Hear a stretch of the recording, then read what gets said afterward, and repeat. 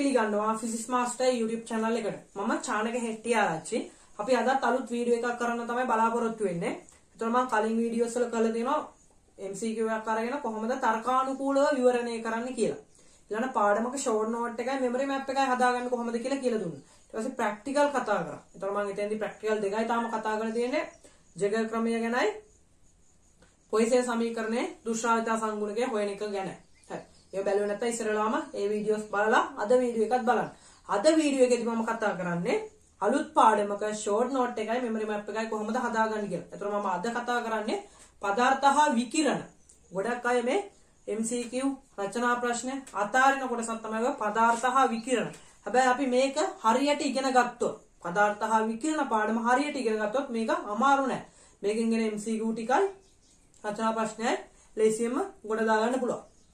ඒතර මම අද කතා කරනවා පදාර්ථ හා විකිරණ පාඩමේ ෂෝට් නෝට් එකයි මෙමරි මැප් එකයි කොහොමද හදාගන්නේ කියලා. හරි. එහෙනම් ඉස්සර වෙලාවම කියනවා නම් මගේ ෆිසික්ස් මාස්ටර් YouTube channel එක තාම subscribe කරේ නැත්නම් පහළ තියෙන රතු පාට subscribe button එක click කරලා ඒකම තියෙන bell icon එකත් click කරලා තියාගන්න. ඒතර මම අලුත් වීඩියෝ එකක් දාපු ගමන්ම ඒකේ notification එක බලා ගන්න පුළුවන්. හරි ඊළඟට වීඩියෝ එක බලලා හොඳ නම් like කරන්න, comment කරන්න, යාළුවන්ටත් බලන්න, share කරන්න. හරි එහෙනම් අපි පාඩම පටන් ගමු. අද කරන්නේ පදාර්ථ හා විකිරණ. පදාර්ථ හා විකිරණ. හරි. අපි ඉස්සරලම කතා කරමු මේ පාඩමේදී මොකක් සම්බන්ධයෙන්ද අපි මේ කතා කරන්න හදන්නේ කියලා. අපි දන්නවා තාපයේ සංක්‍රමණය යන ආකාර තුනක් තියෙනවා. සංවහනය, සන්නායනය, විකිරණය. ඔය තාපයේ සංක්‍රමණය වෙන මේ විකිරණය කියන එක ගැන තමයි මේ පාඩමේදී කතා කරන්නේ. අපි දන්නවා සංවහනය, සන්නායනය කියන කොටස් දෙකට ද්‍රව්‍යමය මාධ්‍යයක් අවශ්‍යයි. කියන පදාර්ථය කියන එක ඕන වෙනවා තාපය සංක්‍රමණය කරන්න. හැබැයි විකිරණය කියන කොටසට ද්‍රව්‍යමය මාධ්‍යයක් අවශ්‍ය වෙන්නේ නැහැ. ද්‍රව්‍යමය මාධ්‍යයක සහභාගීත්වයෙන් තොරව තාපයේ සංක්‍රමණය වෙනවා නම් ඒකට කියනවා අපි විකිරණය කියලා. ඒක ගැන තමයි මේ පාඩමේදී අපි කතා කරන්නේ. පදාර්ථ හා විකිරණ පාඩමේදී. හරි. මුලින්ම අපි මේකෙදි කතා කරනවා විකිරණයේ ක්ෂමතාවය ගැන. විකිරණයේ ක්ෂමතාවය. මුලින්ම අපි කතා කරන්නේ විකිරණයේ ක්ෂමතාවය P. මොකද්ද මේ විකිරණයේ ක්ෂමතාවය? විකිරණයේ ක්ෂමතාවය කියන්නේ මේ අර්ථ දැක්වීම හොඳට මතක තියාගන්න. ඒතකොට අපිට මේක ලේසියෙන්ම ගොඩ දාගන්න පුළුවන්. විකිරණයේ ක්ෂමතාවය කියන්නේ තප්පරයකදී පිටවන විකිරණ ශක්තියට. තප්පරයකදී පිටවන විකිරණ ශක්තියට කියනවා විකිරණයේ ක්ෂමතාවය. එහෙම නැත්නම් විකිරණ ශක්තිය පිටවීමේ ශීඝ්‍රතාවය. විකිරණ ශක්තිය පිටවීමේ ශීඝ්‍රතාවයට කියනවා විකිරණයේ ක්ෂමතාවය කියලා. හරි. එහෙනම් විකිරණයේ ක්ෂමතාවය. මම කිව්වා තප්පරයකදී පිටවන විකිරණ ශක්තියට කියලා. හැබැයි මට තප්පරයක් කියන එක සලකන්න අමාරු වෙන්නේ. ඒක නිසා මම t කාලයකදී මම ගන්නවා t කාලය. t කාලයකදී පිටවන විකිරණ ශක්තිය මම ගන්නවා e කියලා. ඒතර මට හොයාගන්න පුළුවන් තප්පරයක්. ඒකක කාලයකදී පිටවන විකිරණ ශක්තිය e බෙදීම t වලට සමානයි. e බෙදීම t වලට සමානයි. මම දන්නවා ඒකක කාලයකදී තප්පරයකදී පිටවන විකිරණ ශක්තියට මම කියනවා විකිරණ ක්ෂමතාවය කියලා. ඒතර p සමානයි e බෙදීම t. විකිරණයේ ක්ෂමතාවය. ඔන්න. එතකොට මේ විකිරණයේ ක්ෂමතාවය කියන එක සාධක තුනක් මත රඳා පවතින. සාධක විකිරණයේ ක්ෂමතාවය කියන එක සාධක තුනක් මත රඳා පවතින. ඒක තමයි වස්තුවේ උෂ්ණත්වය, වස්තුවේ උෂ්ණත්වය, වස්තුවේ පෘෂ්ඨ වර්ගඵලය, වස්තුවේ ස්වභාවය. ඔන්න ඔය ක්ෂමතාවය කියන කරන්දා පවතින සාධක තුන තමයි වස්තුවේ උෂ්ණත්වය, වස්තුවේ උෂ්ණත්වය, වස්තුවේ පෘෂ්ඨ වර්ගඵලය. මම ඒක කියලා ගන්න වස්තුවේ උෂ්ණත්වය, වස්තුවේ පෘෂ්ඨ වර්ගඵලය. ඒක තමයි පෘෂ්ඨයේ ස්වභාවය. ඝන පෘෂ්ඨයක්ද තියෙන්නේ රළු පෘෂ්ඨය, ඝන සුමට පෘෂ්ඨයක්ද රළු පෘෂ්ඨයක්ද තියෙන්නේ කියලා අර ඒ සාධක මත ක්ෂමතාවය බලපානවා. ඒතොර උෂ්ණත්වය, පෘෂ්ඨ වර්ගඵලය, ස්වභාවය මත මේ විකිරණයේ ක්ෂමතාවය කියන එක බලපානවා. හරි. ඊළඟ අපි කතා කරමු විකිරණයේ තීව්‍රතාවය ගැන. විකිරණයේ තීව්‍රතාවය.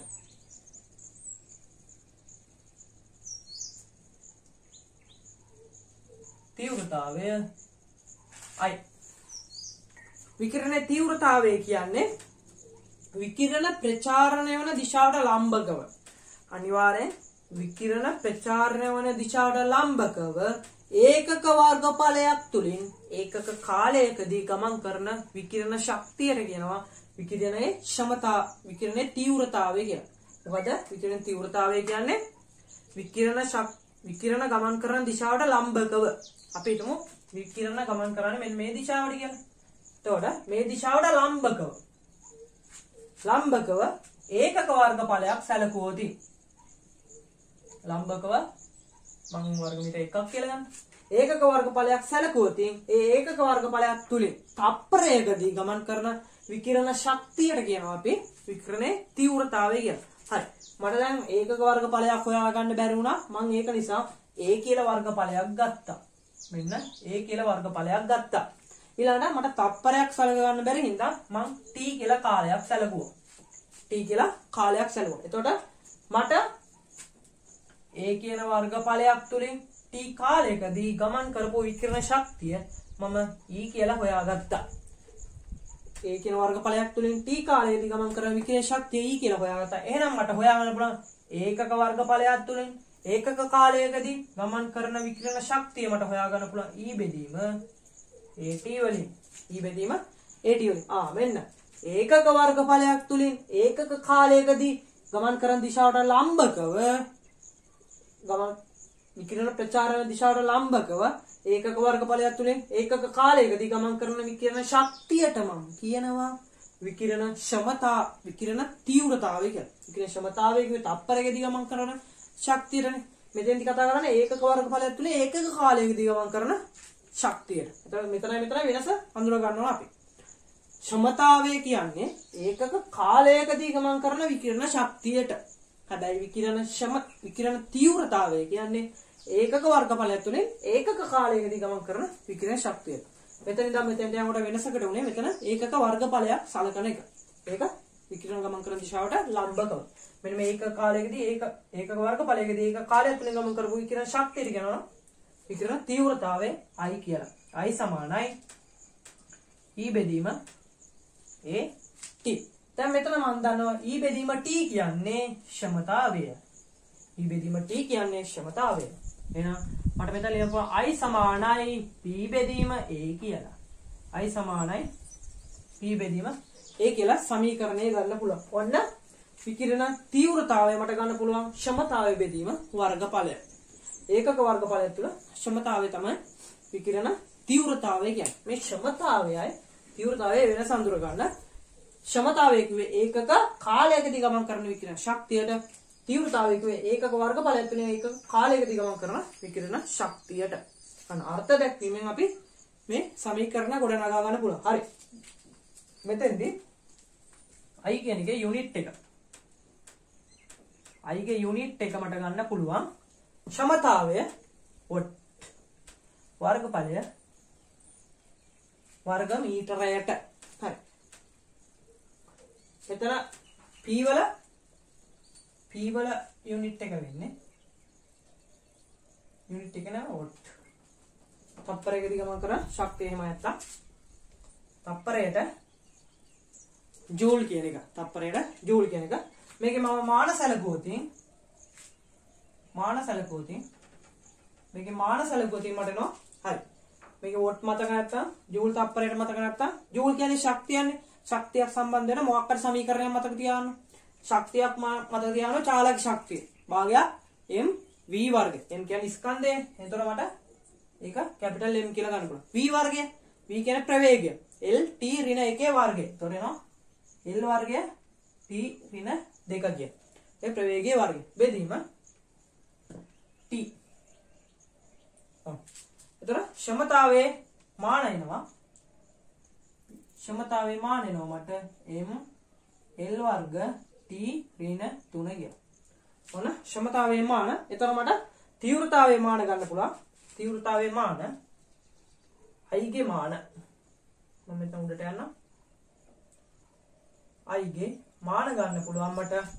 දැන් P ක්ෂමතාවයේ මාන වෙන්නේ m L වර්ග t ඍණ 3 බෙදීම වර්ගඵලය L වර්ග. L වර්ග කපලා ගිහිල්ලා I ගේ මාන වෙන්නේ m t ඍණ 3. ඔන්න I ගේ මාන. හරි. මේ ක්ෂමතාවය කියන එකයි තීව්‍රතාවය කියන එකයි වෙනස හඳුනා ගන්න. ක්ෂමතාවය කිව්වේ මම එක කාලයකදී ශක්තියට, තීව්‍රතාවය කිව්වේ ගමන් කරන දිශාවට ලම්බක ඒකක වර්ගඵලය එක කාලයකදී ශක්තියට. හරි. එහෙනම් අපි ඉස්සරහට ඊළඟට කතා කරමු. හරි. අපි ඊළඟට මේ කෘෂ්ණ වස්තු හා කෘෂ්ණ වස්තු වර්ණාවලිය ගැන කතා කරමු. මොකද්ද මේ කෘෂ්ණ වස්තුවක් කියන්නේ? කෘෂ්ණ වස්තුවක් කියන්නේ පෘෂ්ඨය මත පතනය වන සියලුම තරංග ආයාම සහිත විකිරණ අවශෝෂණය හා විමෝචනය කරන්න පුළුවන් වස්තු වලට කියනවා කෘෂ්ණ වස්තු කියලා. හරි. මේ කෘෂ්ණ වස්තු පූර්ණ අවශෝෂක මෙන්ම පූර්ණ විමෝචකද වෙනවා. හරි. ඊළඟ අපි මේ කෘෂ්ණ වස්තු වර්ණාවලිය ගැන තමයි මේ මෙතන ගොඩක් වැදගත් වෙන්නේ. කෘෂ්ණ වස්තු වර්ණාවලිය. හරි. කෘෂ්ණ වස්තු වර්ණාවලිය. කෘෂ්ණ වස්තු වර්ණාවලිය අපි නිර්මාණය කරන්නේ ලැම්ඩා තරංගායාමය ඒකකය නැනෝමීටරට එදිරිව ඒකක තරංගායාමයකට විකිරණ තීව්‍රතාවය තමයි ප්‍රස්ථාරගත කරන්නේ. මේ අක්ෂරය හොඳට අඳුර ගන්න. මේක තරංගායාමයේ ලැම්ඩා. මෙතන අක්ෂය තමයි ඒකක තරංගායාමයකට විකිරණ ශක්ති තීව්‍රතාවය තමයි ප්‍රස්ථාරගත කරන්නේ. මෙතන හඳුන්වන්නේ සාමාන්‍ය E ලැම්ඩා කියලා. ඒතර මේකේ ඒකකය වෙන්නේ ඒකක මේකේ අක්ෂය වෙන්නේ ඒකක තරංගායාමයකට විකිරණ ශක්ති තීව්‍රතාවය. එතකොට ඒකක තරංගායාමයකට කියනකොට නැනෝමීටරයට වොට් තීව්‍රතාවය වොට් වර්ග මීටරයට ඔන්න. ඕක තමයි y අක්ෂය වෙන්නේ. හරි. මොකද ඒකක තරංගායාමයකට විකිරණ ශක්ති තීව්‍රතාවය. හරි. ඕක අපි යම් උෂ්ණත්වයකට දාලා ප්‍රස්ථාරයක් දුදී මෙන්න මේ වගේ හැඩයක් තමයි. මෙන්න මේ වගේ හැඩයක් එන්නේ. මෙන්න මේ ශක්තිය විකිරණ ශක්ති තීව්‍රතාවය උපරිම වන තැනට ඒක තරංග ආයාමයේ විකිරණ ශක්ති තීව්‍රතාවය උපරිම වන තැනට අපි කියනවා ලැම්ඩා m කියලා. ලැම්ඩා මේ ලැම්ඩා m කියන්නේ උපරිම තීව්‍රතාවයට අදාළව තරංග ආයාමය උපරිම තීව්‍රතාවයට අදාළ තරංග ආයාමයට කියනවා ලැම්ඩා m කියලා. හරි. අපි හිතමු දැන් මේකේ වෙනස් උෂ්ණත්ව ගත්තොත් ඉන්නේ. හරි. ඊළඟට කියන්න ඕන මේකේ වර්ගඵලය සැලකුවොත් එහෙම වර්ගඵලය සැලකුවොත් මේ අක්ෂයෙන් වැඩි වෙනකොට නැනෝමීටර් කපලා ගිහිල්ලා එන්නේ මොකද්ද? වොට් වර්ග මීටරයට. ඒතර වර්ගඵලය සැලකුවොත් එහෙම මට එන්නේ මේකේ වර්ගඵලය ප්‍රස්ථාරේ මේකේ වර්ගඵලයෙන් මට එනවා වර්ගඵලයෙන් එන්නේ තීව්‍රතාවය. වර්ගඵලයෙන් එනකොට තීව්‍රතාවය I කියන එක. වර්ගඵලයෙන් එන්නේ තීව්‍රතාවය I කියන එක. හරි. ඊළඟට මේක මම විවිධ උෂ්ණත්වවලට මේ ප්‍රස්ථාරය නිර්මාණය කරනවා. එතකොට දැන් මම මේකේ උෂ්ණත්වය T1 කියලා හිතුවොත් මම තව ප්‍රස්ථාරය නිර්මාණය කරනවා T2ට. එතකොට ඒක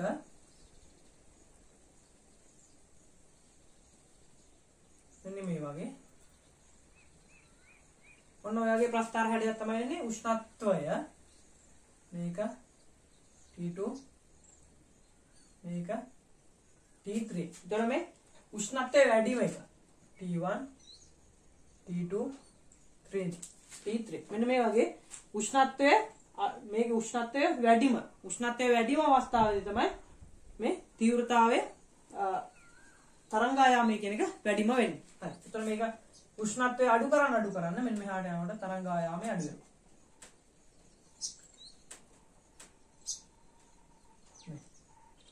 එතකොට මේ තරංගායාමයට අදාළ ප්‍රස්ථාරය තරංගායාමයේ පතය වෙන්නේ මෙන්න මෙහෙම උෂ්ණත්වය අඩු වෙන්න මෙන්න මෙහෙම ඉස්සරහට යනවා පතය. මේ මම කඩිරෙන් යන්නේ තරංගායාමයට අදාළ පතය. උෂ්ණත්වයත් එක්ක තරංගායාමය වෙනස් වෙන විදිහ මේ තරංගායාමය වෙනස් වෙන විදිහ. ඉස්සරහට යන්න තව එහාට යන අඩු වෙනවා. ඔන්න උෂ්ණත්වයත් එක්ක මේ ප්‍රස්ථාරය කියන්නේ උෂ්ණත්වයත් එක්ක ඒකක තරංගායාමයේ විකිරණ තීව්‍රතාවය. මේ ප්‍රස්ථාරය වෙනස් වෙන විදිය. හරි. ඊළඟට මේකෙන් අපි දැනගන්න ඕනේ අර වර්ගඵලය සමානයි තීව්‍රතාවය කියලා කතා කරා. ඊට පස්සේ උෂ්ණත්වයත් එක්ක හරි ඒකත් හරි. උපරිම තරංගායාමය එන්න. අතට lambda m1 lambda m2 m3.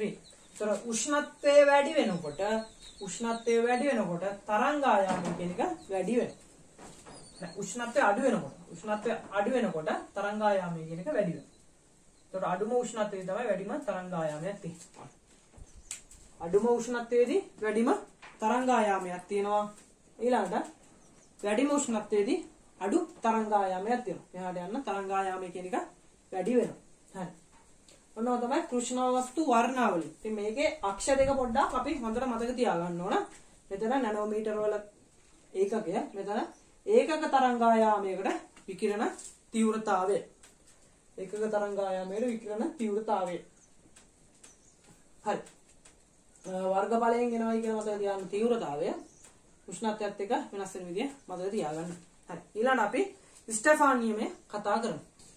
හරි. අපි ඊළඟට ස්ටෙෆාන් නියමය ගැන කතා කරමු. මේ ස්ටෙෆාන් නියමය ගොඩක් ළමයි වැරදිලා තමයි මතක තියාගෙන තියෙන්නේ. සූත්‍ර එහෙම වුණා වැරදිලා තමයි ළමයි මේක මතක තියාගෙන තියෙන්නේ. හැබැයි මේක ලේසියෙන්ම අපි අර්ථ දැක්වීම මතක තියාගත්තොත් එහෙම සූත්‍ර එහෙම ගොඩනගා ගන්න පුළුවන්. හරි. ඒක නිසා අපි ස්ටෙෆාන් නියමය ලේසියෙන්ම කොහොමද මතක තියාගන්නේ කියලා ඊළඟට බලමු.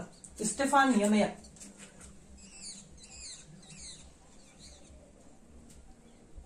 ස්ටෙෆාන් නියමය. හරි. ස්ටෙෆාන් නියමයෙන් කියන්නේ කෘෂ්ණ වස්තුවක අනිවාර්යෙන් කෘෂ්ණ වස්තුවක් වෙන්න ඕන. කෘෂ්ණ වස්තුවක පෘෂ්ඨයේ ඒකක වර්ගඵලයකින් තප්පරයකදී පිට කරන විකිරණ ශක්තිය. තප්පරයකදී පිට කරන මුළු විකිරණ ශක්තිය එම කෘෂ්ණ වස්තුව පැවති නිරපේක්ෂ උෂ්ණත්වයේ සිව්වන බලයට සමානුපාතික වේ කියලා කියනවා. සමානුපාතික වේ නැත්නම් අනුලෝමව සමානුපාතික වේ දෙකම හරි. හරි. අර්ථ දැක්වීම ආයි කිය හොඳට මතක තියාගන්න. මේකද කියන්නේ කෘෂ්ණ වස්තුවක පෘෂ්ඨයේ ඒකක වර්ගඵලයකින් තප්පරයකදී පිට කරන මුළු විකිරණ ශක්තිය එම කෘෂ්ණ වස්තුව පැවති නිරපේක්ෂ උෂ්ණත්වයේ සිව්වන බලයට සමානුපාතික වේ. එතකොට මේකේ වැදගත්ම දේවල් ටික තමයි කෘෂ්ණ වස්තුවක් වෙන්න ඕන, ඒකක වර්ගඵලයක් වෙන්න ඕන, තප්පරයක් වෙන්න ඕන. පිට කරන මුළු විකිරණ ශක්තිය එම කෘෂ්ණ වස්තුව පැවති නිරපේක්ෂ උෂ්ණත්වයේ සිව්වන බලයට සමානුපාතික වේ. හරි. මම මෙතෙන්දි ගන්නවා ඒකක වර්ගඵලයකින් තප්පරයකදී පිට කරන මුළු විකිරණ ශක්තිය E කියලා. මෙන්න ඒකක වර්ගඵලයකින් තප්පරයකදී පිට කරන මුළු විකිරණ ශක්තිය E කියන එක සමානුපාතික වෙනවා නිරපේක්ෂ උෂ්ණත්වයේ කැපිටල් T ගේ 4 වෙනි බලයට. මෙන්න මේක තමයි ස්ටෙෆාන් නියමයෙන් කියන්නේ. ගොඩක් අය මේක මේ E කියන එක ශක්තිය කියලා තමයි මතක තියාගෙන ඉන්නේ. හැබැයි මේක ශක්තිය නෙමෙයි.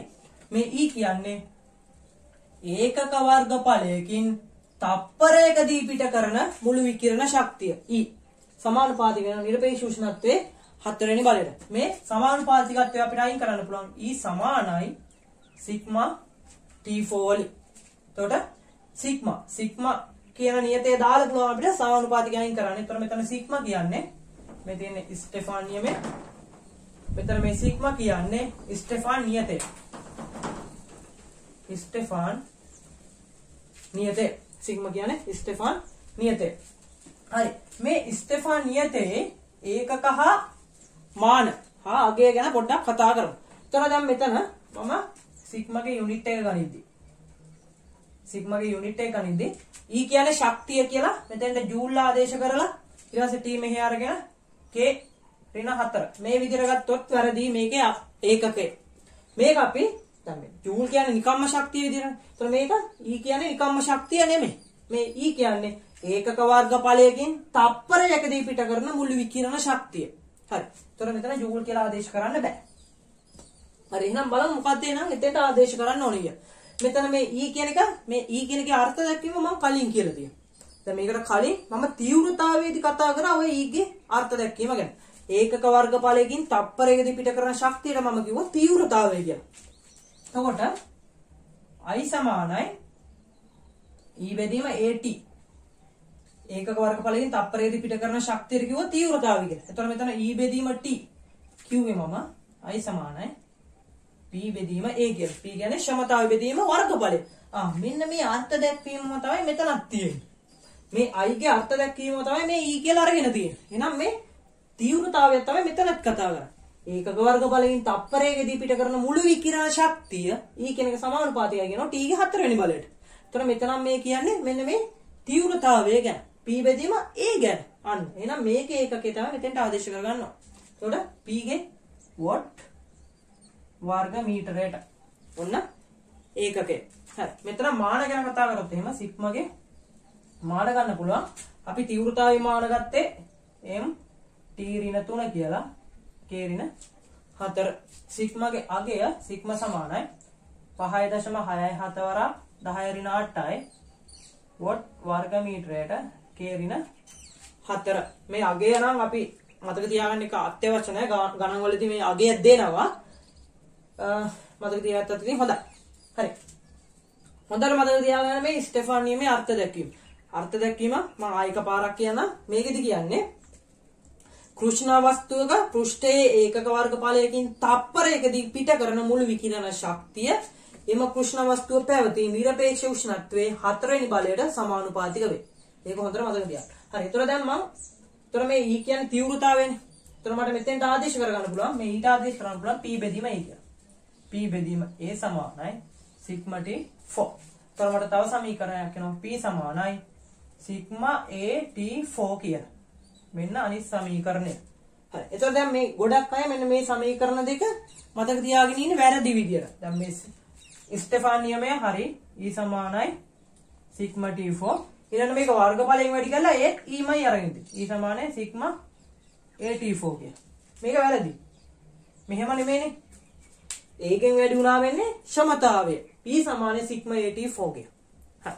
මෙතන මේ E කියන්නේ ඒකක වර්ගඵලයෙන් තප්පරයකදී පිට කරන මුළු විකිරණ ශක්තිය. E කියන්නේ. මෙතන P කියන්නේ ක්ෂමතාව. ඒතර මේ දෙක. හරි. හොඳට මතක තියාගන්න මේ සමීකරණ දෙකේ වෙනස. හොඳට මතක තියාගන්න. ඔය ස්ටෙෆාන් නියමයේ කතා කරේ. ඊළඟට අපි කෘෂ්ණ නොවන වස්තු සඳහා ස්ටෙෆාන් නියමය කොහොමද යොදන්නේ කියලා කතා කරමු. හරි. අපි ඊළඟට බලමු මේ කෘෂ්ණ නොවන වස්තු සඳහා කොහොමද ස්ටෙෆාන් නියමය යොදන්නේ කියලා. කෘෂ්ණ නොවන වස්තු. කෘෂ්ණ නොවන වස්තු සඳහා අපි අවශෝෂණයේදී විමෝචනයේදී දෙක වෙන වෙනම තමයි කතා කරන්නේ. විමෝචනය, විකිරණ විමෝචනය. විකිරණ විමෝචනය, විකිරණ අවශෝෂණය. හරි. විකිරණ විමෝචනයේදී දැන් අපි ස්ටෙෆාන් නියමයේ දැන් කෘෂ්ණ වස්තු සඳහා නම් අපි දන්නවා E සමානයි සිග්මා T4 P සමානයි සිග්මා A T4 කියලා. හරි. මෙතෙන්දී විමෝචනයේදී නම් අපි කරන්නේ E සමානයි සිම්පල් E සිග්මා T4. මෙන්න මේ සිම්පල් E සිග්මා T4. එතකොට මෙතන ක්ෂමතාවේදී නම් P සමානයි E සිග්මා A T4. හරි. මෙතන මේ E කියන්නේ පෘෂ්ඨික විමෝචකතාවය. පෘෂ්ඨික විමෝචකතාවයට තමයි කියන්නේ E කියන්නේ. පෘෂ්ඨික විමෝචකතාවය. හරි. මේ පෘෂ්ඨික විමෝචකතාවය E කියන එක අපි කොහොමද ගන්නෙ කියලාත් මතක තියාගන්න ඕන. E කියන එක අපිට ගන්න පුළුවන් වස්තුවේ ඒකක වර්ගඵලයෙන් තප්පරයකදී විමෝචනය කරන ශක්තිය. E ගන්නේ අපි වස්තුවේ ඒකක වර්ගඵලයෙන් තප්පරයකදී විමෝචනය කරන ශක්තිය බෙදනවා එම උෂ්ණත්වයේ කෘෂ්ණ වස්තුවක ඒකක වර්ගඵලයකින් තප්පරයකදී විමෝචනය කරන ශක්තිය. ඒතර E කියන එක අපි ගන්නෙ වස්තුවේ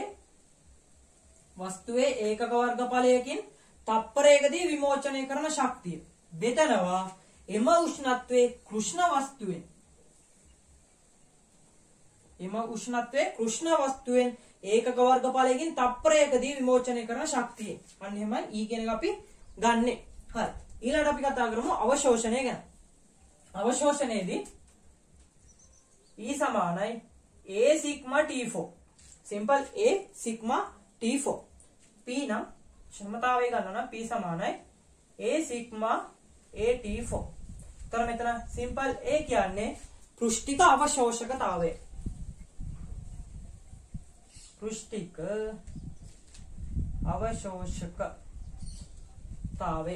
අවශෝෂකතාවය. පෘෂ්ඨික අවශෝෂකතාවය A කියන එක ගන්න අපි. පෘෂ්ඨික අවශෝෂකතාවය A කියන එක අපි ගන්නෙ වස්තුවේ ඒකක වර්ගඵලයකින් තප්පරයකදී අවශෝෂණය කරන ශක්තිය.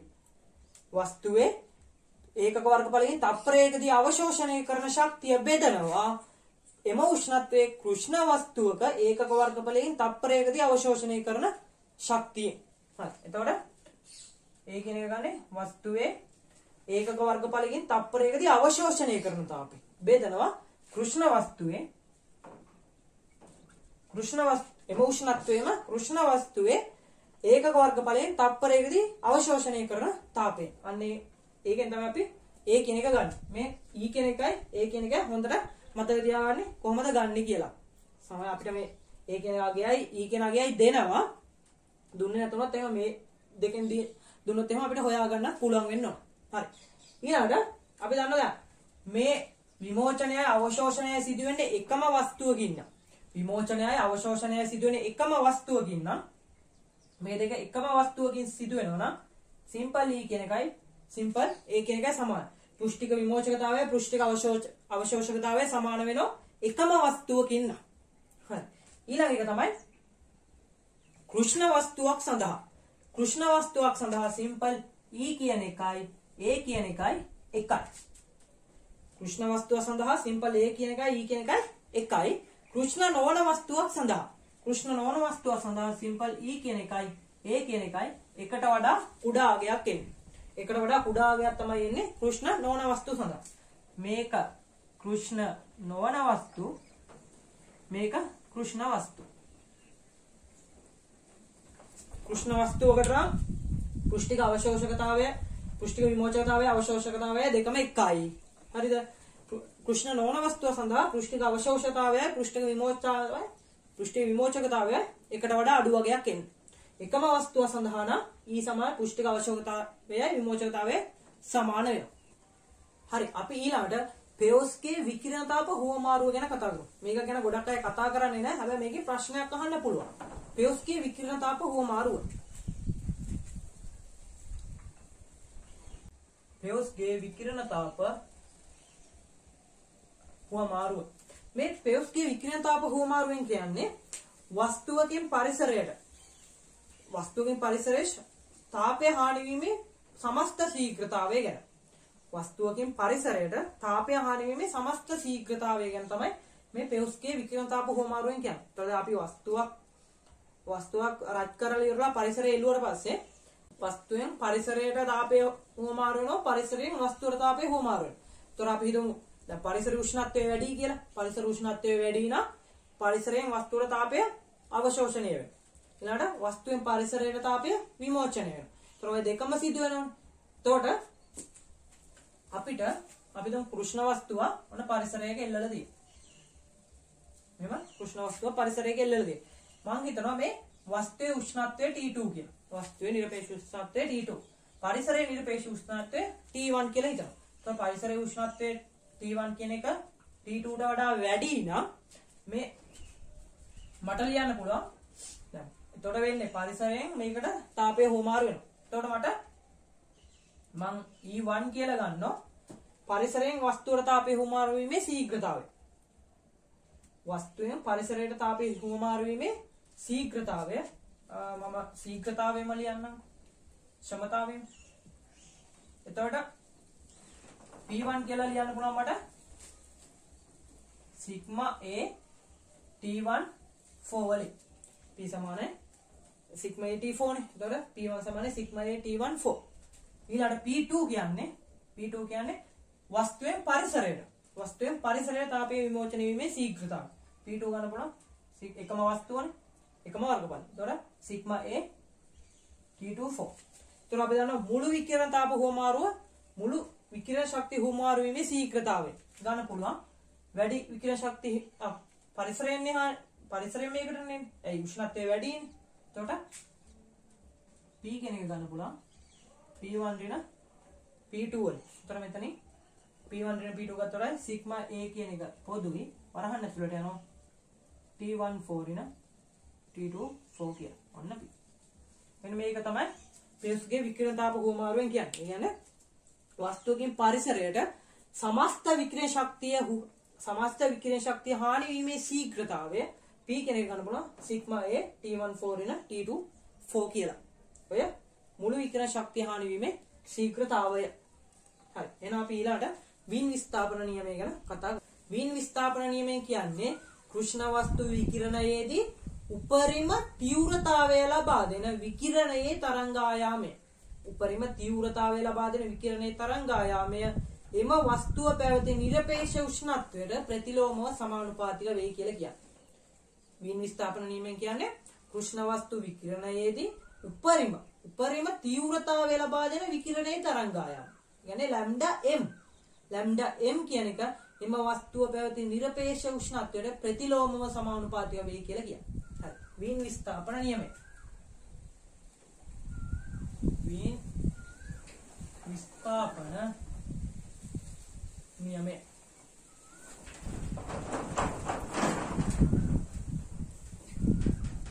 වීන් විස්ථාපන නියමයෙන් කියන්නේ උපරිම තීව්‍රතාවය ලබා දෙන විකිරණයේ තරංගායාමයේ ලැම්ඩා m කියන එක. ලැම්ඩා m කියන එක ප්‍රතිලෝමව සමානුපාතික වෙනවලු නිරපේක්ෂ උෂ්ණත්වයට. ප්‍රතිලෝමව නිරපේක්ෂ උෂ්ණත්වයට සමානුපාතික වෙනවයි කියලා කියනවා. හරි. එතකොට මේ සමානුපාතිකත්වය අපිට අයින් කරන්න පුළුවන්. ලැම්ඩා m සමානයි c බෙදීම t වලින්. c බෙදීම t. එතකොට මේක අපි මතක තියාගන්න. ලැම්ඩා m t සමානයි c කියලා. ලැම්ඩා m t සමානයි c. එතකොට මේ c කියන්නේ වීන් නියතය. වීන් නියතය. මේ වීන් නියතයේ අගය වීන් නියතයේ යුනිට් එක ගත්තොත් එහෙම වීන් නියතයේ යුනිට් එක එන්නේ ලැම්ඩා m කියන්නේ තරංගායාමයෙන් මීටර උෂ්ණත්වය කෙල්වින් mk. ඒතර මේකේ අපි මාන සැලකුවොත් එහෙම සමානයි L k කියලා ගන්න පුළුවන්. මේකේ අගය c වල අගය අපිට ගන්න පුළුවන්. c සමානයි මේකේ අගය එන්නේ 2.89 වැඩි කිරීම 10^3යි mk. එන්න අගය 2.89 වැඩි කිරීම 10^3. මේ අගය මතක තියාගන්න කියන එච්චරම අවශ්‍ය වෙන්නේ නැහැ. මේ ටික මතක තියාගන්න ඕන වීන් විස්ථාපන නියම. වීන් විස්ථාපන නියම. ආයි කියන වීන් විස්ථාපන නියම කියන්නේ කෘෂ්ණ වස්තු විකිරණයේදී උපරිම තීව්‍රතාවයට අදාළ උපරිම තීව්‍රතාවය ලබා දෙන විකිරණයේ තරංගායාම ලැම්ඩා. දැන් මේකේ අන්දොත් එහෙම ප්‍රස්තාවය වෙන ලැම්ඩා m ලැම්ඩා 1 මෙන්න ඊළඟට ප්‍රස්තාවගත කරා මේ එන්නේ මෙන්න මෙහෙම ප්‍රස්තාරයක් නෑ. මේකේ මේ උපරිම තීව්‍රතාවය ලබා දෙන විකිරණයේ තරංගායාමය ලැම්ඩා m මෙන්න මේක තමයි මේ ටීට ප්‍රතිලෝම සමානුපාතික වෙනවා කියලා කියන්නේ. හරි. එහෙනම් අපි ඉස්සරහට කතා කරමු. හරි. අපි ඊළඟට මේ ප්ලාන්ක් කල්පිතය ගැන කතා කරමු. මේ ප්ලාන්ක් කල්පිතය ඇත්තටම ඉදිරිපත් කළ තියෙන්නේ ඔය කෘෂ්ණ වස්තු වර්ණාවලිය ගැන නිවැරදි පැහැදිලි කිරීමක් කරන්න. මේක මැක්ස් ප්ලාන්ක් විසින් තමයි ඉදිරිපත් කළ තියෙන්නේ. ඒතර මේ කෘෂ්ණ වස්තු වර්ණාවලිය නිවැරදිව ඉදිරිපත් කරන මේක උපකල්පන දෙකක් ඔස්සේ තමයි ඉදිරිපත් කළ තියෙන්නේ. මේක කියනවා පරමාණුක දෝලක වලට. ඒතර ප්ලාන්ක්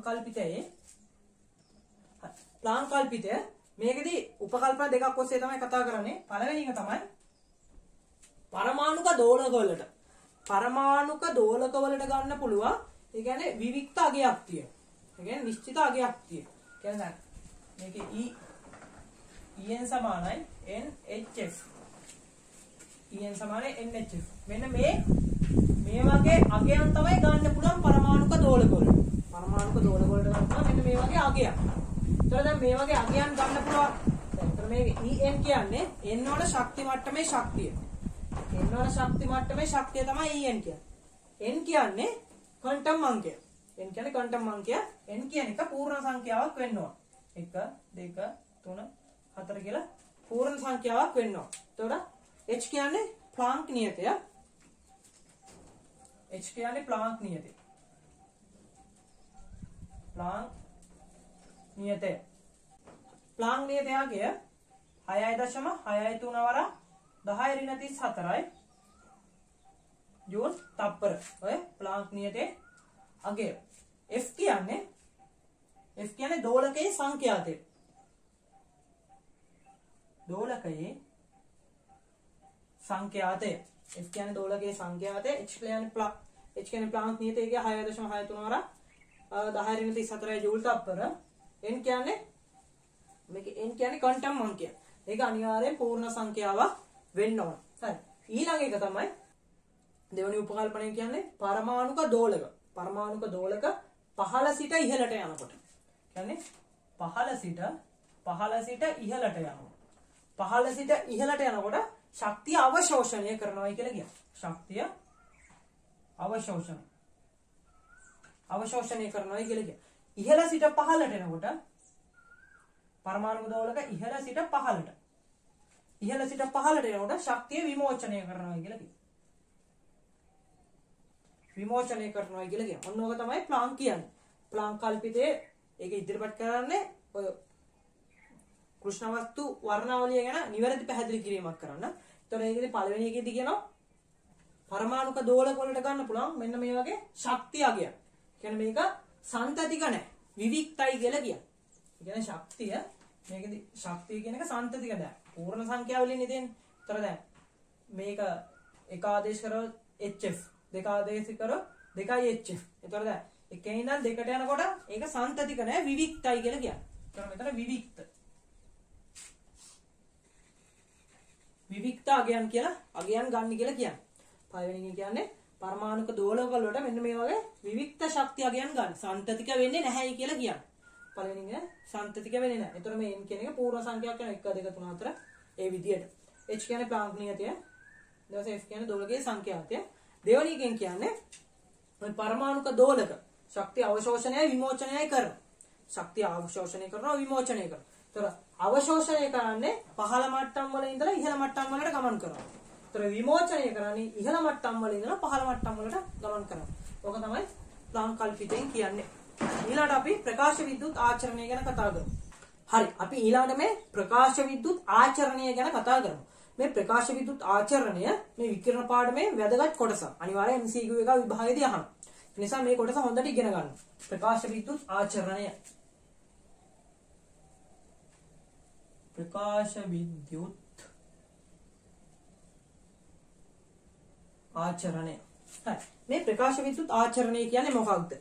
ප්‍රකාශ විද්‍යුත් ආචරණය කියන එක සරලව හැඳින්වුවොත් එහෙම ලෝහ පෘෂ්ඨයක් මත ආලෝකය පතනය වූ විට ලෝහ පෘෂ්ඨයක් මත ආලෝකය පතනය වුණාට පස්සේ ඉන් ඉලෙක්ට්‍රෝන ගැලවීමේ ක්‍රියාවලියට කියනවා අපි ප්‍රකාශ විද්‍යුත් ආචරණය කියලා. හරි.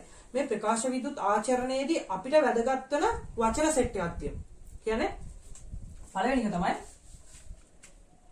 පළවෙනි එක තමයි කාර්යශිතය. කාර්යශිතය ෆයි කියන එක. කාර්යශිතය ෆයි. ඊළඟට දෙවෙනි එක තමයි දේහලීය තරංගායාමය. දේහලීය තරංග ආයාමය. Lambda naught. තරංගායාමයේ ලැම්ඩා නෝට්. තුන්වෙනි එක තමයි දේහලීය සංඛ්‍යාතය. දේහලීය සංඛ්‍යාතය F නෝට්. දේහලීය තරංගායාමයේ දේහලීය සංඛ්‍යාතය. ඊළඟ තමයි නැවතුම් විභවය.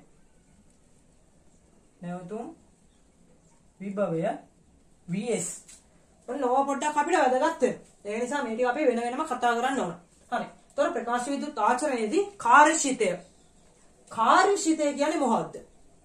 කාර්යශිතය කියලා කියන්නේ දැන් මම කිව්වා ප්‍රකාශ විද්‍යුත් ආචරණය කියන්නේ ලෝහ පෘෂ්ඨ වලින් ඉලෙක්ට්‍රෝන ගැලවීමේ ක්‍රියාවලිය කියලා. ආලෝකය පතනය කළ විට ලෝහ පෘෂ්ඨයකින් ඉලෙක්ට්‍රෝන ගැලවීමේ ක්‍රියාවලිය කියලා. ඒතකොට කාර්යශිතය කියන්නේ ලෝහ පෘෂ්ඨයකින් ඉලෙක්ට්‍රෝනයක් ගැලවීමට අවශ්‍ය අවම ශක්තිය.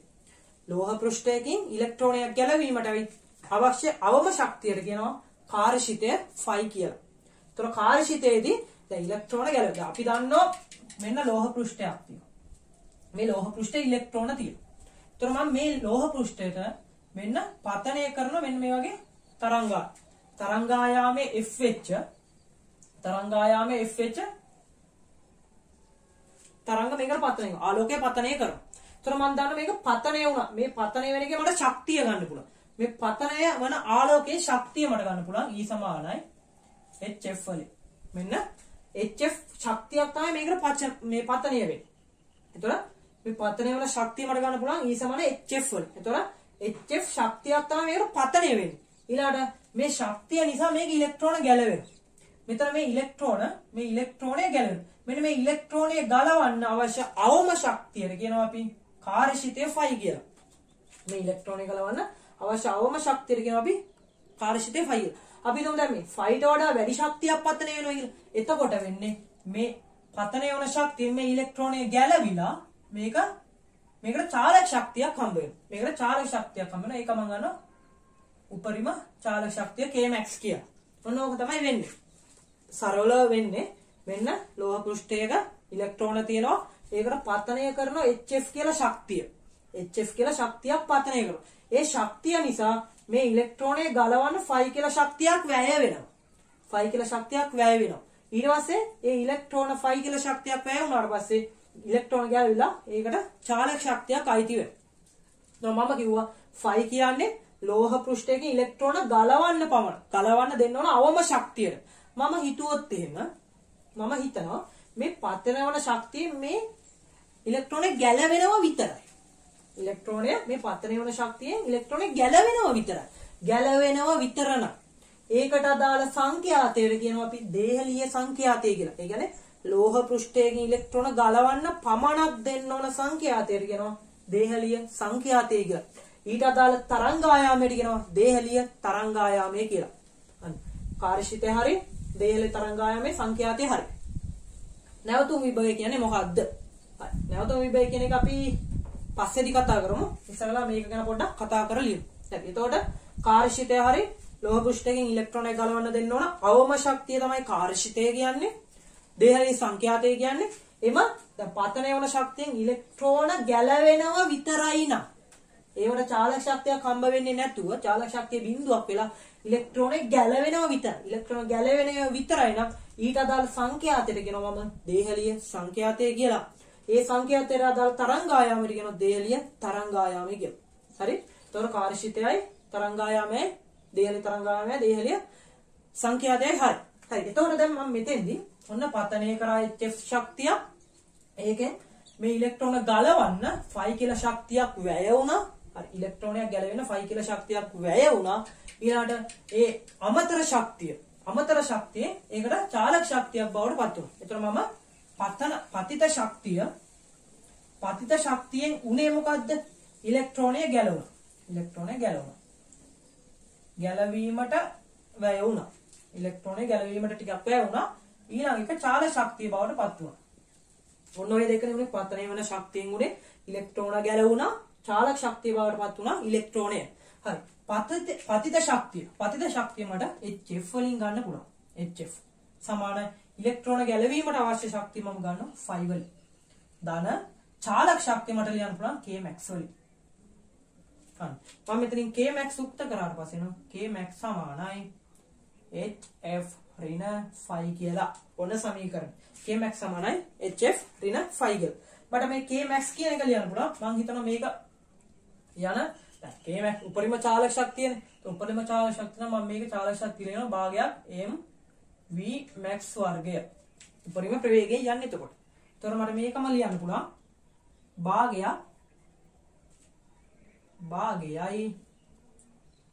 m v max වර්ගය කියලා. භාගයක් mv වර්ගම තමයි Kmax කියලා කියන්නේ. හරි. ඊළඟට අපි ඔය නැවතුම් විභවය ගැන පොඩ්ඩක් කතා කරමු. මොකද්ද මේ නැවතුම් විභවය කියන්නේ කියලා.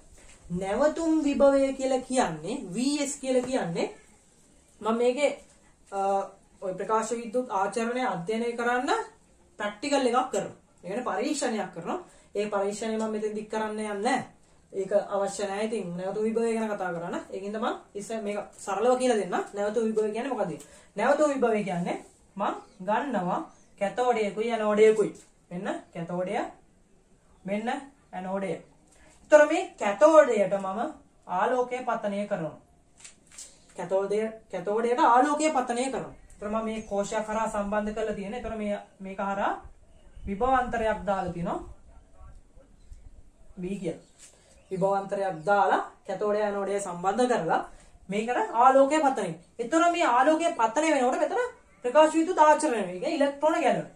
මේ ඉලෙක්ට්‍රෝනය ඇනෝඩය කරා ගමන් කරනවා. ඉලෙක්ට්‍රෝන ඇනෝඩය කරා ගමන් කරනවා. නැවතුම් විභවය කියලා කියන්නේ මෙතනින් කැතෝඩයෙන් නිකුත් වන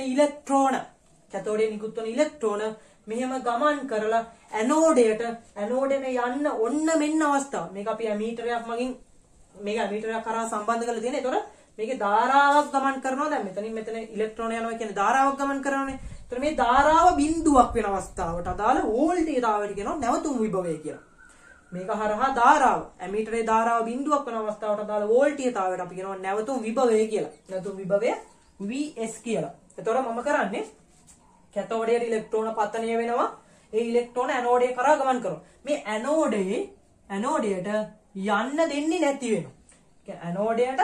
ඇනෝඩේ ළඟටම යන්න ඕන විභවය. ළඟටම යද්දි මේ ඉලෙක්ට්‍රෝන ගමන් කරද්දී අපි විරුද්ධව වෝල්ටේජතාවයක් එනකොට මේ ඉලෙක්ට්‍රෝන මෙතෙන්ට යනකොට ප්‍රවේගයේ බිඳුවක් වෙනවා. මෙතෙන්ට යනකොට ප්‍රවේගයේ බිඳුවක් වෙන්න. මෙතෙන්ට දෙන්න ඕන ප්‍රවේගය. හිතමු v මෙතෙන්ට දෙන්න ඕන චාලක ශක්තිය kmax කියලා එක. හරි. මෙතෙන්ට දෙන්න ඕන චාලක ශක්තිය kmax. එතකොට මෙතෙන්ට යනකොට බිඳුවක් වෙනවා.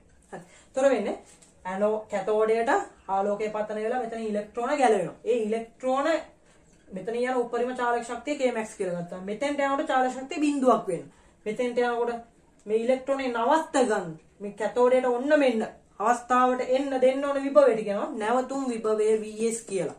හරි. නැවතුම් විභවය Vs කියලා. ඒතර මම දන්නවා මම විද්‍යුත් ක්ෂේත්‍රවලදී කියලා දුන්නා. කියන්නේ මෙතෙන්දී මොකද්ද වෙන්නේ? මෙතන ඉඳන් මෙතෙන්ට යද්දි චාලක ශක්තියක් හානි වෙනවා. ඒතර මේ හානි වෙච්ච චාලක ශක්තිය හානි වූ චාලක ශක්තිය kmax ආරම්භයේ kmax තිබුණා. ඒකෙන් අවසාන චාලක ශක්තිය අඩු කරා. ඒ හානි වූ චාලක ශක්තිය මට සමාන කරන්න පුළුවන් විද්‍යුත් ක්ෂේත්‍රය නිසා කළ කාර්යයට. විද්‍යුත් ක්ෂේත්‍රය නිසා කළ කාර්යයට සමාන කරන්න පුළුවන් හානි වූ චාලක ශක්තිය. ඒතර විද්‍යුත් ක්ෂේත්‍රය නිසා කළ කාර්යය මට ගන්න පුළුවන් QV වලින්. ආරෝපණය වැඩි කිරීම විභවාන්තරය. ඒතර මම දන්නවා මෙතනින් චාලක ශක්ති හානිය මට ගන්න පුළුවන් kmax කියලා. kmax සමානයි q. ආරෝපණය මෙතන ඉලෙක්ට්‍රෝනයක් යන්නේ. එතකොට ඉලෙක්ට්‍රෝනයේ ආරෝපණය E. V වෝල්ටේජ විභවාන්තරය. ඒක මට දාන්න පුළුවන් Vs කියලා. අන්න නැවතුම් විභවයට අදාළ සමීකරණය. kmax සමානයි EVs. මේකත් අපි හොඳට මතක තියාගන්න ඕන සමීකරණය. මේ නැවතුම් විභවය කියන්නේ මොකක්ද කියලා හොඳට ඔළුවට ගන්න. මෙතනදී දැන් පරීක්ෂණයේදී මම කරන්නේ කැතෝඩයට ආලෝකය පතනය කරලා එතන ඉලෙක්ට්‍රෝන ගලවනවා. ගලවලා ඇනෝඩයට යන්න දෙනවා. ඇනෝඩයට යන්න දෙනවා. ඒතර ධාරාවක් ගමන් කරනවා. ඊළඟට මම විරුද්ධව විභවාන්තරයක් යොදනවා මේ ඉලෙක්ට්‍රෝනය මේ ඇනෝඩයට යන්න දෙන්නේ නැති වෙන්නේ. මේ යන්න දෙන්නේ නැති වෙන්නේ. ඔන්න මෙන්න අවස්ථාවට අදාළ විභවාන්තරයට මම කිව්වා නැවතුම් විභවය Vs කියලා. ඒතර මෙතෙන්ට යන්න දෙන්න ඔන්න මෙන්න. මෙතන ළඟටම ගිහිල්ලා නවත්තනවා. ළඟටම ගිහිල්ලා නවත්තගත්තා ඊපස්සේ ඊට අදාළ විභවාන්තරය Vs නැවතුම් විභවය. හරි. අන්න එතෙන්දී මෙතන චාලක ශක්ති හානියක් වෙන්නේ. මෙතන ආරම්භයේ ලොකු චාලක ශක්තියක් තිබුණා. ඒක මම kmax කියලා ගත්තා. උපරිම චාලක ශක්තිය. මෙතන යනකොට බිඳුවක්. චාලක ශක්ති හානිය මට සමාන කරන්න පුළුවන් විද්‍යුත් ක්ෂේත්‍රය නිසා. විද්‍යුත් ක්ෂේත්‍රය නිසානේ මේක. චාලක ශක්ති හානිය උනේ. විද්‍යුත් ක්ෂේත්‍රය නිසා කළ කාර්යයට මේ චාලක ශක්ති හානිය මට සමාන කරන්න පුළුවන්. එතනින් ආව kmax සමානයි EVs කියලා. අන්න. මෙතන kmax. මෙතන kmax කියන්නේ මේ ඉලෙක්ට්‍රෝනය මෙතනින් ගැලවිලා යන ප්‍රවේගය. උපරිම ප්‍රවේගය. ඒකම තමයි මෙතෙන්ට එන්නේ. ඒකම තමයි මේ මෙතනින් එන්නේ. හරි. මේ ඉලෙක්ට්‍රෝන ආලෝකය පතනය වුණා මෙතනින් ඉලෙක්ට්‍රෝන ගැලවිලා යන ප්‍රවේගය. මේ kmax කියන එකයි මේ kmax කියන එකයි සමානයි. එහෙනම් මට මේ kmax තතනින් EVs කියලා ආදේශ කරන්න පුළුවන්. EVs සමානයි hf ඍණ ෆයි කියලා එනවා. ඔන්න සමීකරණය. මේ මතක තියාගන්න ඕන හොඳයි. kmax සමානයි hf ඍණ ෆයි EVs සමානයි hf ඍණ ෆයි. හරි. මම මෙතෙන්දී ප්‍රස්ථාරයක් අඳිනවා. තරංගායාමයට අදාළව වෝල්ටේජතාවය නැවතුම් විභවය වෙනස් වෙන විදිය. ඒතර මම මෙතන උක්ත කරගත්තොත් Vs සමානයි h යට EF ඍණ ෆයි යට E. ඒතර මෙතනින් මට සමීකරණයක් වෙනවා y සමානයි mx ඍණ c ආකාරයේ ප්‍රස්ථාරය. ඒතර මෙතෙන්දී ප්‍රස්ථාරය සංඛ්‍යාතයත් එක්ක නැවතුම් විභවයේ Vs අන්තක්ඛණ්ඩයේ ඍණ අනුක්‍රමණය දාන්න. මෙන්න අන්තක්ඛණ්ඩයේ ඍණ මෙන්න මේ වගේ ප්‍රස්ථාරයක් තමයි එන්නේ. අන්තක්ඛණ්ඩයේ එන්නේ 5 බෙදීම E කියලා. අනුක්‍රමණය මේක අනුක්‍රමයට එනවා H යට E කියලා.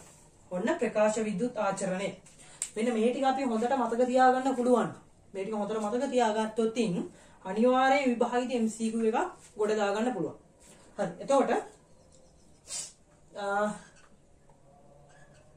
මෙතෙන්දී මම කතා කරා හරි ප්‍රකාශ විද්‍යුත් ආචරණයේ පතන වෙන ශක්තිය ඉලෙක්ට්‍රෝන වලට වැය වෙන ශක්තිය 5 ඉලෙක්ට්‍රෝන ගැලවීමට අවශ්‍ය අවම ශක්තිය 5 කියලා ගත්තේ නේ උපරිම චාලක ශක්තිය Kmax කියලා ගත්තා. ඊළඟට තව මෙන්න මෙතන මේ F කියන අපි සංඛ්‍යාතය කියන එක අපි දන්නවා C සමානයි F ලැම්ඩා වලින් මේ තරංගායාමය කියන එක ආදේශ කරගන්න පුළුවන්. දැන් මෙතන සංඛ්‍යාතය මම මේකේ ගත්තේ සංඛ්‍යාත F කියලානේ. හැබැයි මෙතන අපිට ශක්තිය කියන එක E කියන එක H C යට ලැම්ඩා වලින් ආදේශ කරන්නත් පුළුවන්. සමහර කෙනාට ඔය ලැම්ඩා ගෙන් ආදේශ කරන්නත් වෙනවා. දැන් මම මෙතන දේහලිය තරංගායාමය ගන්න විදිහ කිව්වනේ. ඒතර දේහලිය මේ දේහල සංඛ්‍යාතයට අදාළ තරංගායාමයනේ දේහලිය තරංගායාමය කියන්නේ. ඒතර දේහලිය තරංගායාමය ආදේශ කරගන්න ඕන නම් මෙතන C සමානයි F ලැම්ඩා වලින් අපිට ආදේශ කරගන්න පුළුවන්. ඒතර මෙතනින් සංඛ්‍යාත යුක්ත කරම C බෙදීම ලැම්ඩා කියලා ගන්න පුළුවන්. අපි හිතමු දේහලිය සංඛ්‍යාතය නම් මෙතන C සමානයි F නෝට් ලැම්ඩා නෝට් කියලා ගන්න පුළුවන්. ඒ දේහලිය සංඛ්‍යාතයට අදාළ තරංගායම. ඒ තරංගායාමය ආවතින් ආදේශ කරගන්න විදිය. හරි. මෙන්න ප්‍රකාශ විද්‍යුත් ආචරණය මේ ටික අපි හොඳට මතක තියාගන්න පුළුවන් නම් ගොඩක් MCQ ඉතින් ගොඩ දාගන්න පුළුවන්. හරි ඊළඟට තමයි අනිවාර්යයෙන්ම දැන් මෙතන අනිවාර්යයෙන්ම මේ ඉලෙක්ට්‍රෝන ගැලවිලා ගමන් කරන්න නම් මෙතන පතිත සංඛ්‍යාතය දේහලිය සංඛ්‍යාතයට වඩා වැඩි වෙන්න ඕන. දේහලිය සංඛ්‍යාතය F නෝට්ට වඩා පතන යන සංඛ්‍යාතය වැඩි වෙන්න ඕන. මෙහෙම ඉලෙක්ට්‍රෝන ගැලවිලා ගමන් කරන්න. තරංගායාමය නම් අඩු වෙන්න ඕන. ඒ පරස්පර සම්බන්ධයෙන් ඉතින් හරි. දේහලිය සංඛ්‍යාතයට වඩා පතිත සංඛ්‍යාතය වැඩි වෙන්න ඕන ඉලෙක්ට්‍රෝන වල චාලක ශක්තියක් හම්බ වෙන්න නම් මේ දේහලිය සංඛ්‍යාතයට පතිත සංඛ්‍යාතයේ සමාන වුණාට පස්සේ ඉලෙක්ට්‍රෝන ගැලවෙනවා විතරයි. ඒ කියන්නේ මේ 5 ට සමාන වෙනවා විතරයි. 5 කියන එක මේක අපිට ලියන්න පුළුවන්. 5 කියන්නේ ඉලෙක්ට්‍රෝනයක් ගැලවීමට අවශ්‍ය අවම ශක්තියනේ. මේ 5 කියන එක මට ගන්න පුළුවන්. 5 කියන එක ගන්න පුළුවන්. H F නෝට් වලින්. H F නෝට් එතකොට ශක්තිය. මේ Kmax කියන එක බිඳුවයි. එතකොට ඊට අදාළ H F නෝට්. මෙතන ඕන 5 කියන එක මට ආයෙ ගන්න පුළුවන්. HC යට ලැම්ඩා නෝට් කියලා. HC යට ලැම්ඩා නෝට් කියලා ගන්නත් පුළුවන්. හරි. මෙන්න මේ ටික කාර්යශීලය දේහලිය තරංගායම දේහලිය සංඛ්‍යාතය නැවත විභවයේ ඔන්න ඔය ටික පොඩ්ඩක් හොඳට ඔළුවේ තියාගන්න. MCQ එක ගොඩ දා ගන්න පුළුවන් ලේසියෙන්ම. හරි. මේකත් නැවත විභවයේ ගන්න විදිය පොඩ්ඩක් මතක තියාගන්න ඕන. හරි අපි මේ ඊළඟට डी බ්‍රොග්ලි කල්පිතය ගැන කතා කරමු. डी බ්‍රොග්ලි කල්පිතෙන් කියන්නේ අපි ඉලෙක්ට්‍රෝන කතා කරන්නේ අංශු විදියට. ඉලෙක්ට්‍රෝන අපි කතා කරන්නේ අංශු විදියට. හැබැයි डी බ්‍රොග්ලි කල්පිතෙන් කියන්නේ ඉලෙක්ට්‍රෝන තරංගමය ගුණත් පෙන්වන්න ඕන කියලා. ඉලෙක්ට්‍රෝන තරංගමය ගුණත් පෙන්විය යුතුය කියලා තමයි මේ डी බ්‍රොග්ලි කල්පිතෙන් කියන්නේ. සරලව ඉලෙක්ට්‍රෝන අංශුමය ගුණ තමයි පෙන්වන්නේ. හැබැයි ඉලෙක්ට්‍රෝන තරංගමය ගුණ පෙන්විය යුතුයි කියලා කියනවා डी බ්‍රොග්ලි කල්පිතයෙන්. එතකොට මේ डी බ්‍රොග්ලි කල්පිතේනවා डी බ්‍රොග්ලි තරංගායාමය කියලා එක. डी බ්‍රොග්ලි තරංගායාමය කියලා කියන්නේ දැන් ගම්මිතාවේ පීවන අංශුව තරංගමය ගුණ පෙන්වන්නට ඒකට අදාළ තරංගායාමයක් තියෙනවානේ. ඒ තරංගායාමයට අපි කියනවා डी බ්‍රොග්ලි තරංගායාමය කියලා. डी බ්‍රොග්ලි තරංගායාමයේ ලැම්ඩා කියන එක අපිට ගන්න පුළුවන් ලැම්ඩා සමානයි h යට p වලින්. h යට p වලින්. ඒතර ගම්මිතාවයට ප්‍රතිලෝමව සමානුපාතික වෙනවා डी බ්‍රොග්ලි තරංගායාමය කියන එක. මේක डी බ්‍රොග්ලි තරංගායාමය. डी බ්‍රොග්ලි තරංග ආයාමය. डी බ්‍රොග්ලි තරංග ආයාමය. p කියන්නේ ගම්මිතාවය. p කියන්නේ ගම්මිතාවය. h කියන්නේ ප්ලාන්ක් නියත. ඒතර මේක මට ලියන්න පුළුවන්. ගම්මිතාවය මම ගන්නෙ m v ගුණිතයෙන්. ඒතර ඉලෙක්ට්‍රෝන ස්කන්ධය නේද? දැන් ඒතර මම මේකේ ප්‍රස්ථාරයක් ඇඳොත් එහෙම ප්‍රවේගයත් එක්ක තරංග ආයාමය වෙනස් වෙන විදිය මෙන්න මේ වගේ හැඩයක් තමයි එන්නේ. මෙන්න මේ වගේ හැඩයක් තමයි මේකේ එන්නේ. ප්‍රවේගයත් එක්ක තරංග ආයාමයේ ප්‍රස්ථාරගත කරොත්. අන්න ඒක ගැන තමයි මේ ඩී බ්‍රෝග්ලි කියන්නේ. ඩී බ්‍රෝග්ලි කල්පිතේ එච්චර අමාරු දෙයක් නෙමෙයි. ඒකේ සරලව කියන්නේ ඉලෙක්ට්‍රෝන අපි කතා කරන්නේ අංශු විදියට. හැබැයි ඉලෙක්ට්‍රෝන තරංගමය ගුණත් පෙන්වන්න ඕන කියලා තමයි මේ ඩී බ්‍රෝග්ලි කල්පිතෙන් කියන්නේ. එතකොට ඩී බ්‍රෝග්ලි ගම්මිතාවේ P වෙච්ච අංශුව ඒක තරංගමය ගුණ පෙන්වනකොට ඒකට දාලා තරංග ආයාමයට අපි කියනවා ඩී බ්‍රෝග්ලි තරංග ආයාමය කියලා. ලැම්ඩා සමාන h ට p. නැත්නම් ලැම්ඩා සමාන h ට mv කියලා ගන්න පුළුවන්. හරි. අපි එහෙනම් ඊළඟට විකිරණශීලීතාවය ගැන කතා කරමු. හරි. අපි මේ ඊළඟට විකිරණශීලීතාවය ගැන කතා කරමු. මේ විකිරණශීලීතාවය හොයාගත්තේ හෙන්රි බෙකරල් විසින්. හැබැයි මේක ඇත්තටම අහඹු සිදුවීමක් විදිහට තමයි මේ විද්‍යාඥයා විසින් හොයාගන්නේ. හරි. විකිරණශීලීතාවය කියලා කියන්නේ අස්ථායි පරමාණුක නෂ්ටි.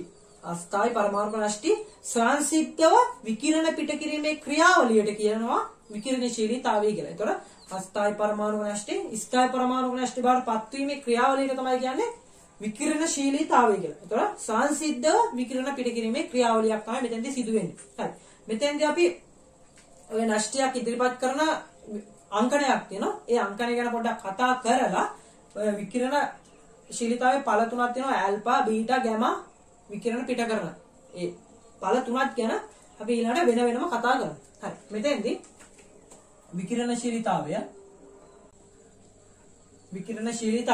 විකිරණශීලීතාවයේදී දැන් මේකෙදි මම කිව්වනේ අර නෂ්ටියක් හඳුන්වනවා කියන අංකණයක් තියෙනවා කියලා. ඒකෙදි අපි මම ගන්නවා නෂ්ටියක් x කියලා නෂ්ටියක් ගන්නවා.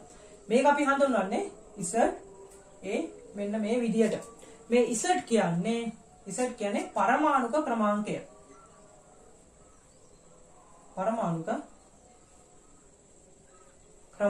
පරමාණු ක්‍රමාංකය විදිහට අපි ගන්නේ ප්‍රෝටෝන සංඛ්‍යාව. ප්‍රෝටෝන සංඛ්‍යාව තමයි පරමාණු ක්‍රමාංකය විදිහට මෙතෙන්ට දාන්නේ.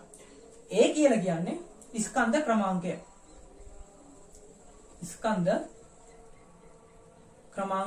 ස්කන්ධ ක්‍රමාංකය අපි ගන්නෙ නියුක්ලියෝන ගානේ. මේ නෂ්ටියේ තියෙන නියුක්ලියෝන ගාන.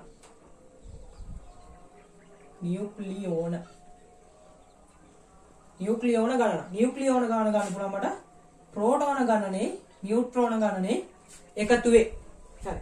නෂ්ටියක් හඳුන්වන්නේ මෙන්න වගේ Z A කියලා. Z කියන්නේ පරමාණු ක්‍රමාංකය. ප්‍රෝටෝන සංඛ්‍යාවෙන් ගන්න පුළුවන්. ඒ කියන්නේ ස්කන්ධ ක්‍රමාංකය. ඒ කියන්නේ නියුක්ලියෝන ගණනට සමානයි. නියුක්ලියෝන ගණන ගන්න පුළුවන් ප්‍රෝටෝන සංඛ්‍යාවේ නියුට්‍රෝන සංඛ්‍යාවේ එකතු වේ. හරි. එතකොට මෙතෙන්දී මේ විකිරණශීලීතාවයේ පළ තුනක් තියෙනවා. ඇල්ෆා, බීටා අංශු, ගැමා විකිරණ විදියට. ඔන්න ඔය තුන තමයි මේ විකිරණශීලීතාවයේ පළ. හරි. මේ තුන ගැන අපි ඊළඟට වෙනම කතා කරමු. ඇල්ෆා අංශු පිටවීමේදී මොකක්ද වෙන්නේ? බීටා අංශු පිටවීමේදී මොකක්ද වෙන්නේ? ගැමා අංශු පිටවීමේදී මොකක්ද වෙන්නේ කියලා. හරි. මුලින්ම අපි ඇල්ෆා අංශු පිටවීම ගැන කතා කරමු. ඇල්ෆා අංශු පිටවීමේදී ඇත්තටම ඇල්ෆා අංශුවක් කියන්නේ හීලියම් නෂ්ටි වලට. හීලියම් නෂ්ටි වලට තමයි ඇල්ෆා අංශු කියලා කියන්නේ. එතකොට ඇල්ෆා අංශු කියලා කියන්නේ අපි හීලියම් නෂ්ටි.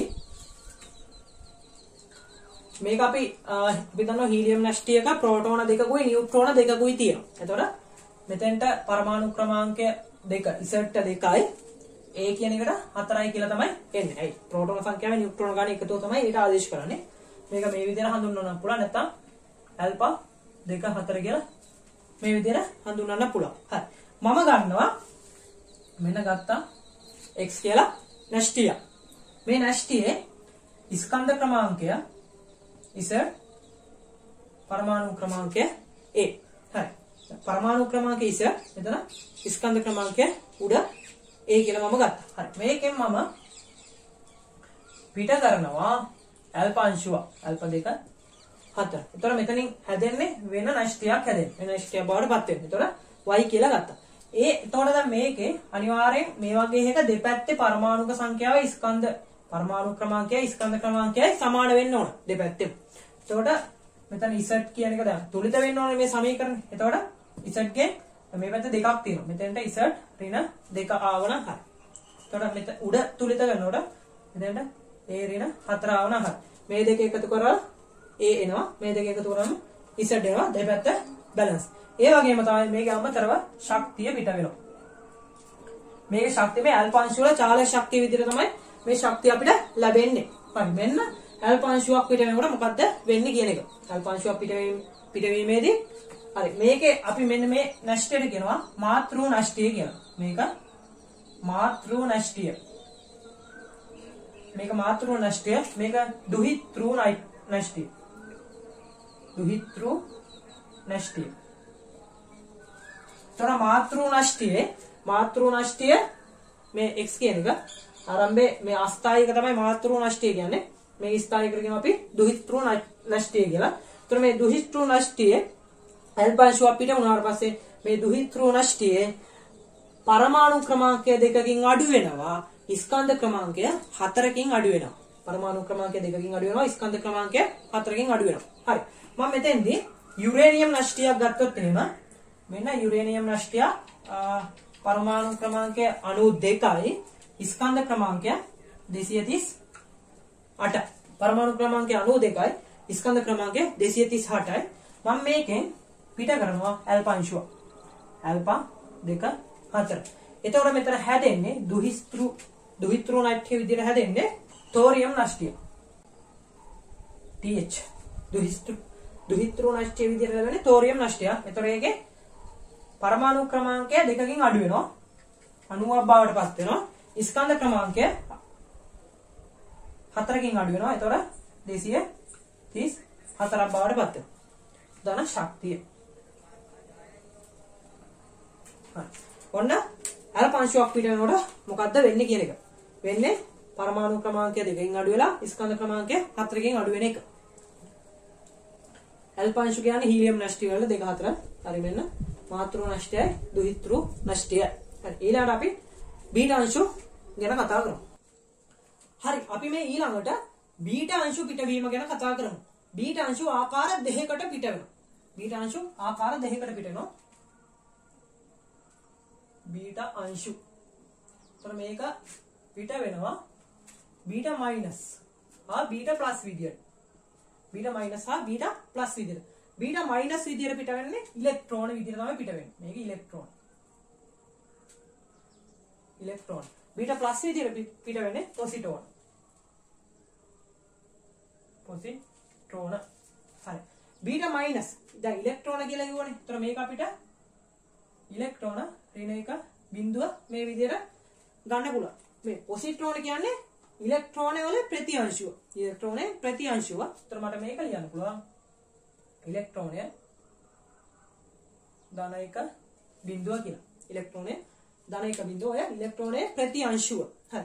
අපි බලමු ඉස්සරලාම මේ ඉලෙක්ට්‍රෝන බීටා මයිනස් පිට වෙන එක ගැන. හරි. බීටා මයිනස් එතකොට මම ගන්නවා මාතෘ නෂ්ටය මෙන්න x කියලා ගත්තා. ඉස a මේකෙන් මම පිට කරනවා බීටා අංශුව හැදෙනවා y කියලා නෂ්ටය ධන බීටා අංශුවක් පිට වෙනවා ඍණ 1 බිඳුව. මෙන්න මෙතෙන්දී අපි මතක තියාගන්න ඕන වැදගත් දෙයක් තමයි මෙන්න මේක ගැන. මෙන්න මේක තමයි ශක්තිය. මම ශක්තියට E කියලා ගන්නවා. හරි. මේක ගැන අපි ටික පස්සේදී කතා කරමු. මෙතන අපි සමීකරණය තුල තියලා ලියමුකෝ. එතන ඍණ 1නේ. ඍණ 1 බිඳුව. මෙතන ඍණ 1ක් තියෙනවා. මේක අනාරෝපිත එක. එතන මේක ඍණ 1නේ. ඍණ 1. එතන මෙතන z කියන එකට වඩා මෙතන මේ පැත්ත එක අඩු වෙනවා. එතන මෙතන z ධන 1 උඩ වෙනස් වෙන්නේ නැහැ. එහෙම තමයි. හරි. එතකොට මේ මොකද්ද මේ? මේක ගොඩක් අය ඉතින් දන්නේ නැහැ. මේක තමයි ප්‍රති ඉලෙක්ට්‍රෝන නියුට්‍රිනෝවක් කියලා කියන්නේ. මේක ප්‍රති මේ උඩට ඉරක් ගහපු ඉන්න ප්‍රති උඩට ඉරක් ගහලා නැත්තම් ඉලෙක්ට්‍රෝන නියුට්‍රිනෝවක් කියලා කියන්නේ. මේක ප්‍රති ඉලෙක්ට්‍රෝන නියුට්‍රිනෝවක්. බීටා මයිනස් වලදී පිට වෙන්නේ ප්‍රති ඉලෙක්ට්‍රෝන නියුට්‍රිනෝවක්. මේක අනාරෝපිත සැහැල්ලු අංශුවක්. මේකට කියන අපි ප්‍රති ඉලෙක්ට්‍රෝන නියුට්‍රිනෝවා. හරි. ඊළඟට මේකට මම හරි. මේකෙදි වෙන්නේ මේකේ පරමාණු ක්‍රමාංකය 1කින් වැඩි වෙනවා. ස්කන්ධ ක්‍රමාංකය වෙනස් වෙන්නේ නැහැ. මම මේකට උදාහරණයක් ගත්තොත් එහෙම කාබන් 6014.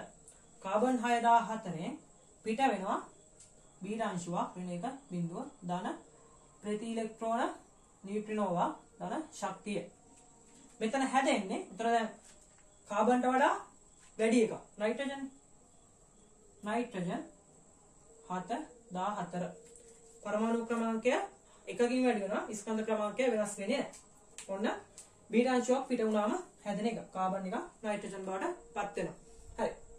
මේක වැදගත්ම දේ තමයි මේ ප්‍රති ඉලෙක්ට්‍රෝන නියුට්‍රිනෝවා කියන එක. ගොඩක් අය මේ සම්බන්ධයෙන් දන්නේ නැහැ. අපි සාමාන්‍යයෙන් රචනා ප්‍රශ්නේ අවසාන ප්‍රශ්නේ රචනා ප්‍රශ්නෙට විකිරණ පාඩමේ රචනා ප්‍රශ්නේදී මේ සමීකරණය මේක ලියන්න කිව්වොත් එහෙම බීටා අංශුවක් පිට වෙන එක ගැන ලියන්න කිව්වොත් එහෙම අනිවාර්යෙන් මේක ලියන්න ඕන. ප්‍රති ඉලෙක්ට්‍රෝන නියුට්‍රිනෝවා ගැන. හරි. ඊළඟට අපි බලමු බීටා ප්ලස් පොසිට්‍රෝනය පිට වෙනකොට මොකක්ද වෙන්නේ? මෙන්න මාත්‍රා නෂ්ටය ඉස A කියලා ගත්තා. මේකෙන් පිට වුණා y කියලා නෂ්ටයක් ගත්තා. ඒ හැදෙන දුහිතෘ නෂ්ටය බීටා ප්ලස් ධන 1 බිඳුව ධන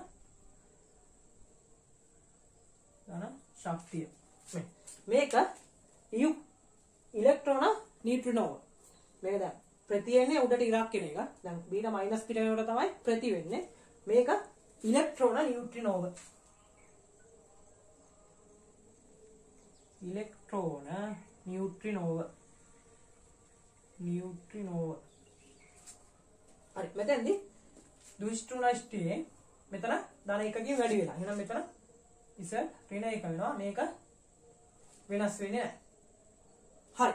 මෙතෙන්දි මම උදාහරණයක් ගත්තොත් එහෙම ඔක්සිජන් 815 ගත්තොත් එහෙම ඔක්සිජන් 815 ගත්තොත් එහෙම මේකෙන් බීටා අංශුවක් පිට වුණාම ගත්තා බීටා ඍණ 1 ධන 1 බීටා අංශුවක් නෙමෙයි පොසිට්‍රෝනය බීටා ප්ලස් 1 පිට වුණාම ධන ඉලෙක්ට්‍රෝන නියුට්‍රිනෝවා ධන ශක්තිය.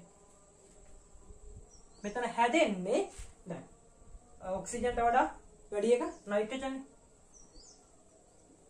අඩු එක නයිට්‍රජන් නේ. එතන මේක නයිට්‍රජන් 7 15 උඩ වෙනස් වෙන්නේ නයිට්‍රජන් 7 15 තමයි හැදෙන්නේ. හරි. එතකොට හරි ඔය තියෙන්නේ බීටා මයිනස් අංශුව පිටවීම බීටා අංශු පිටවීම දෙකක් තියෙනවා. බීටා මයිනස් පිටවීම බීටා ප්ලස් පිටවීම. බීටා මයිනස් පිටවීමකදී මේක ඉලෙක්ට්‍රෝනයක් තමයි පිට වෙන්නේ. ඍණ 1 බිඳුව. එතන මෙතන වෙන්නේ මේ මාතෘ නෂ්ටය එකක් වැඩි වෙනවා. එතකොට දුෂ්ටු නෂ්ටයේ පරමාණු ක්‍රමාංක එකක් වැඩි වෙනවා. ස්කන්ධ ක්‍රමාංකය වෙනස් වෙන්නේ නැහැ. මෙතෙන්දි වැදගත්ම එක තමයි මේ ප්‍රති ඉලෙක්ට්‍රෝන නියුට්‍රිනෝවා කියන එක. හරි. මෙතෙන්දි වැදගත් එක තමයි මේ ඉලෙක්ට්‍රෝන නියුට්‍රිනෝවා කියන එක. එතන මේ දෙපැත්ත තුලිත වෙලා තියෙන්නේ Z ධනයකට ඍණ 1 කපලා ගියා Z එනවා. ඒට බිඳුවක් එකතු කරාම A එනවා. වෙන උදාහරණයක් කාබන් නයිට්‍රජන් බවට බීටා මයිනස් පිටවීම. හරි. මෙතන පොසිට්‍රෝනියක් පිටවීම බීටා ප්ලස්. හරි. එතකොට බීටා ධන 1 බිඳුව මේ බීටා ප්ලස් කියන්නේ ඉලෙක්ට්‍රෝනයේ ප්‍රති අංශුව. හරි. එතකොට මෙතෙන්දී මාතෘ නෂ්ටය එකක් අඩු වෙනවා. මේ දුෂ්ටු නෂ්ටය එකක් අඩු වෙලා පරමාණු ක්‍රමාංකය වෙනස් වෙන්නේ නැහැ. පරමාණු ක්‍රමාංකය එකක් අඩු වෙනවා. ස්කන්ධ ක්‍රමාංකය වෙනස් වෙන්නේ නැහැ. හරි. ඉලෙක්ට්‍රෝන නියුට්‍රිනෝවක් තමයි මෙතන පිට වෙන්නේ. වෙන ඔක්සිජන් නයිට්‍රජන් බවට බීටා ප්ලස් එක පිටවීම. හරි. හරි. අපි මේ ඊළඟට ගැමා කිරණ පිටවීම ගැන කතා කරමු. ගැමා කිරණ පිට කරනකොට ඒකේ පරමාණු ක්‍රමාංකයේ හරි ස්කන්ධ ක්‍රමාංකයේ හරි වෙනසක් වෙන්නේ නැහැ. ඒකේ ශක්තිය අඩුවීම පමණයි සිදු වෙන්නේ. ශක්තිය අඩුවීම පමණයි සිදු වෙන්නේ. නෂ්ටයේ කිසිම වෙනසක් සිදු වෙන්නේ නැහැ. හරි. එතකොට ගැමා කිරණ පිට වෙනකොට මම ගත්තොත් එහම x ZA කියලා මේකෙන් ගැමා කිරණයක් පිට වුණාම මේක අනාරෝපිත අංශුවනේ ගැමා කිරණයක් පිට වුණාම මේ නෂ්ටයේ වෙනසක් වෙන්නේ නැහැ. එහෙම තමයි. එතන ශක්තිය කියන එක පිට වෙනවා. ශක්තිය අඩුවීමක් තමයි සිදු වෙන්නේ. මේක ඇත්තටම දැන් මේකදි වෙන්නේ දැන් ඇල්ෆා අංශු බීටා අංශු පිට කරාට පස්සේ හැදෙන දුහිෂ්ඨු නෂ්ටිය ඒක සැකවුම් අවස්ථාවේ තමයි තියෙන්නේ. ඒතර සැකවුම් අවස්ථාවේ තියෙන දුහිෂ්ඨු නෂ්ටිය ගැමා කිරණයක් පිට කරලා භූමි අවස්ථාවටපත් වෙනවා. අන්න ඒක තමයි ගැමා කිරණ පිට කිරීමකදී සිදු වෙන්නේ. හරි මම උදාහරණයක් විදිහට ගත්තොත් බෝරෝන් 512 මේකෙන් මම බීටා අංශුවක් පිට කරාට පස්සේ ධන බීටා ඍණ 1 බිඳුව බීටා ඍණ 1 බිඳුව ධන ප්‍රති ඉලෙක්ට්‍රෝන නියුට්‍රිනෝවා බීටා මයිනස් වලදී පිට වෙන්නේ ප්‍රති ඉලෙක්ට්‍රෝන නියුට්‍රිනෝවානේ. මෙන්න ධන ශක්තිය. ප්‍රති ඉලෙක්ට්‍රෝන නියුට්‍රෝන පිට වෙනවා. එතකොට මෙතෙන්දී හැදෙන්නේ 6 කාබන් 6 12 තමයි හැදෙන්නේ. ඒතර මේක තියෙන සැකමුම් අවස්ථාවේ. මේක සැකමුම් අවස්ථාවේ තියෙන්නේ. ඒක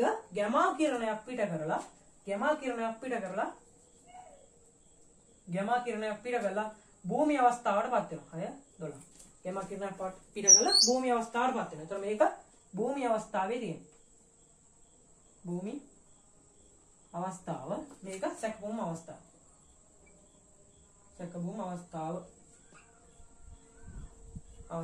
ඔන්න ගැමා කිරණයක් පිට වෙනකොට වෙන දේ. දැන් ඇල්ෆා බීටා අංශු පිට කරාට පස්සේ ඒ නැස්ටි තියෙන සැකපුම් අවස්ථාවේ. සැකපුම් අවස්ථාවේ තියෙන එක ගැමා කිරණයක් පිට කරලා භූමි අවස්ථාවටපත් වෙනවා. ඒතර ගැමා කිරණ පිට කරනකොට ඒකේ ශක්තියේ වෙනසක් සිදු වෙන්නේ ශක්තිය අඩු වෙනවා.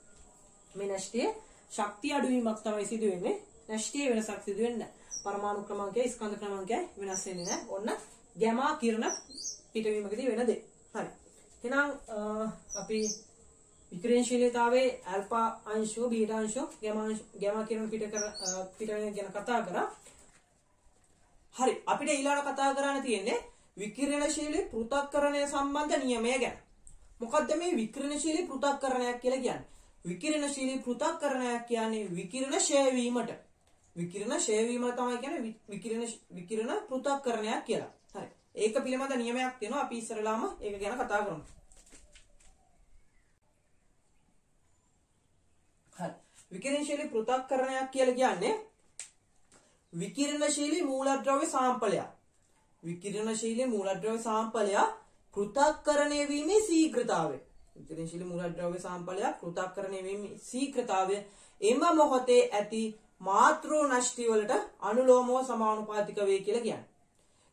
හොඳට මතක තියාගන්න විකිරණශීලී පෘථග්කරණය සම්බන්ධ නියම කියන්නේ විකිරණශීලී මූලද්‍රව්‍ය සාම්පලයක් පෘථග්කරණය වීමේ ශීඝ්‍රතාවය. විකිරණශීලී මූලද්‍රව්‍ය සාම්පලයක් පෘථග්කරණය වීමේ ශීඝ්‍රතාවය එම මොහොතේ ඇති මාතෘ නෂ්ටි ගණනට අනුලෝමව සමානුපාතික වේ කියලා කියන්නේ. හරි. මෙන්න එහෙම. මම ගන්නවා මෙන්න නියදියා. මේක විකිරණශීලී මූලද්‍රව්‍ය සාම්පලයක්. මේකේ ආරම්භක නෂ්ටි සංඛ්‍යාව මම හිතනවා n0 කියලා. එතකොට මේ t සමානයි බිඳුවේදී. ඊට පස්සේ කාලය t සමානයි t වුණාට පස්සේ මේකේ නෂ්ටි ගාන n කියලා ගන්න. ඊළඟට මේකේ ඩෙල්ටා t කාලයක්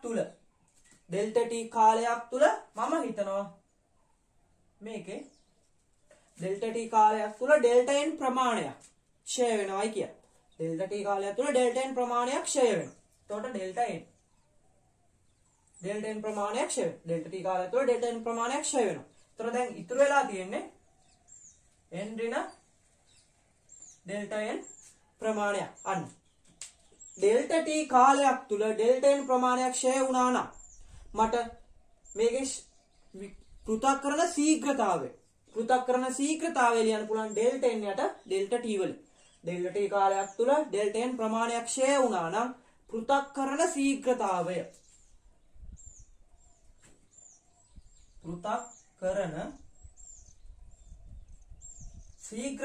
කියන එක මට ලියන්න පුළුවන් ඩෙල්ටා n යට ඩෙල්ටා t කියලා. මෙන්න මේක සමානුපාතිකයි කියනවා එම මොහොතේ ඇති මාතෘ නෂ්ටි සංඛ්‍යාවට n කැපිටල් n. ඔන්න පෘථග්කරණ සම්බන්ධයෙන් නියමය. විකිරණශීලී පෘථග්කරණ සම්බන්ධයෙන් තියෙන නියමය. කියන්නේ මෙන්න නියදියක් අරගත්තා. ඒක t කාලයකට පස්සේ මාතෘ නෂ්ටි සංඛ්‍යාව n. ඩෙල්ටා t කාලයක් තුල ඩෙල්ටා n ප්‍රමාණයක් ක්ෂය වුණා නම් පෘථග්කරණ ශීඝ්‍රතාවය මට ගන්න පුළුවන් ඩෙල්ටා n යට ඩෙල්ටා t වලින්. ඒක සමානුපාතිකයි කියලා කියනවා එම මොහොතේ පවතින මාතෘ නෂ්ටි ගණනට. මෙතන සමානුපාතිකය මම අයින් කරනවා. ඩෙල්ටා n යට ඩෙල්ටා t සමානයි ලැම්ඩා n වලින්. ලැම්ඩා කියන්නේ ෂය නියතයට. ලැම්ඩා කියන්නේ ශ්‍රේණිත. මෙන්න මෙතෙන්දි වැදගත් දෙයක් මතක තියාගන්න ඕන. ඒක තමයි මෙතෙන්දි අපි ඍණක් දාන්න ඕන. සමීකරණයට ඍණක් දාන්න ඕන. ඒකට හේතුව තමයි මෙතන ඉඳන් මෙතෙන්ට යනකොට නැෂ්ටි ගාන අඩු වෙනවා. ඒතර මෙතන ඉඳන් මෙතෙන්ට යනකොට නැෂ්ටි ගාන අඩු වෙනවනේ. ඒ ෂේ වෙන එක නෙවෙන්නේ. ඒතර නැෂ්ටි ගාන අඩු වෙනවා. මෙතෙන් ඉඳන් මෙතෙන්ට යනකොට නැෂ්ටි ගාන අඩු වෙන නිසා මෙතෙන්ට ඍණක් දාන්න ඕන. අඩු වෙන නිසා. ඒතර ශීඝ්‍රතාවයේ ඍණාගයක් එන්නේ. ශීඝ්‍රතාවයේ ඍණාගයක් එන්නේ අඩු වෙන නිසා. ඔන්න පෘථග්කරණය සම්බන්ධයෙන් තියෙන නියමය. ඒක ලේසියෙන්ම අපිට මතක තියාගන්න පුළුවන්. පෘථග්කරණ ශීඝ්‍රතාවය ඩෙල්ටා t කාලය තුළ ඩෙල්ටා n ප්‍රමාණයක් ක්ෂය වෙනවා නම් ඒ ශීඝ්‍රතාවය ගන්න පුළුවන් ඩෙල්ටා n යට ඩෙල්ටා t වලින්. ඒක සමානුපාතිකයි කියනවා එම මොහොතේ පවතින මාතෘ නෂ්ටි ගණනට. හරි. මේ ලැම්ඩා කිව්වේ ශ්‍රේණියතය කියලා කිව්වනේ. ඒකේ අගය ලැම්ඩාගේ අගය අපිට ගන්න පුළුවන් ශ්‍රේණියතේ අගය. ලැම්ඩාගේ අගය ගන්න පුළුවන් ලැම්ඩා සමානයි 0.693 බෙදීම t half 0.693 බෙදීම t half. මේ t half කියන්නේ අර්ධ ආයු කාලය. ඒක ගැන මම පස්සේ කතා කරන්න. අර්ධ ආයු කාලය වෙනම අරගෙන කතා කරන්න. ඒතර ලැම්ඩා ගන්න පුළුවන් 0.693 බෙදීම t half. මෙන්න මේ 0.693 0.693 මම ආසන්නව ගන්නවා. මේක ආසන්නව ගන්න පුළුවන් 0.7 බෙදීම t half කියලා. 0.7 බෙදීම t half කියලා.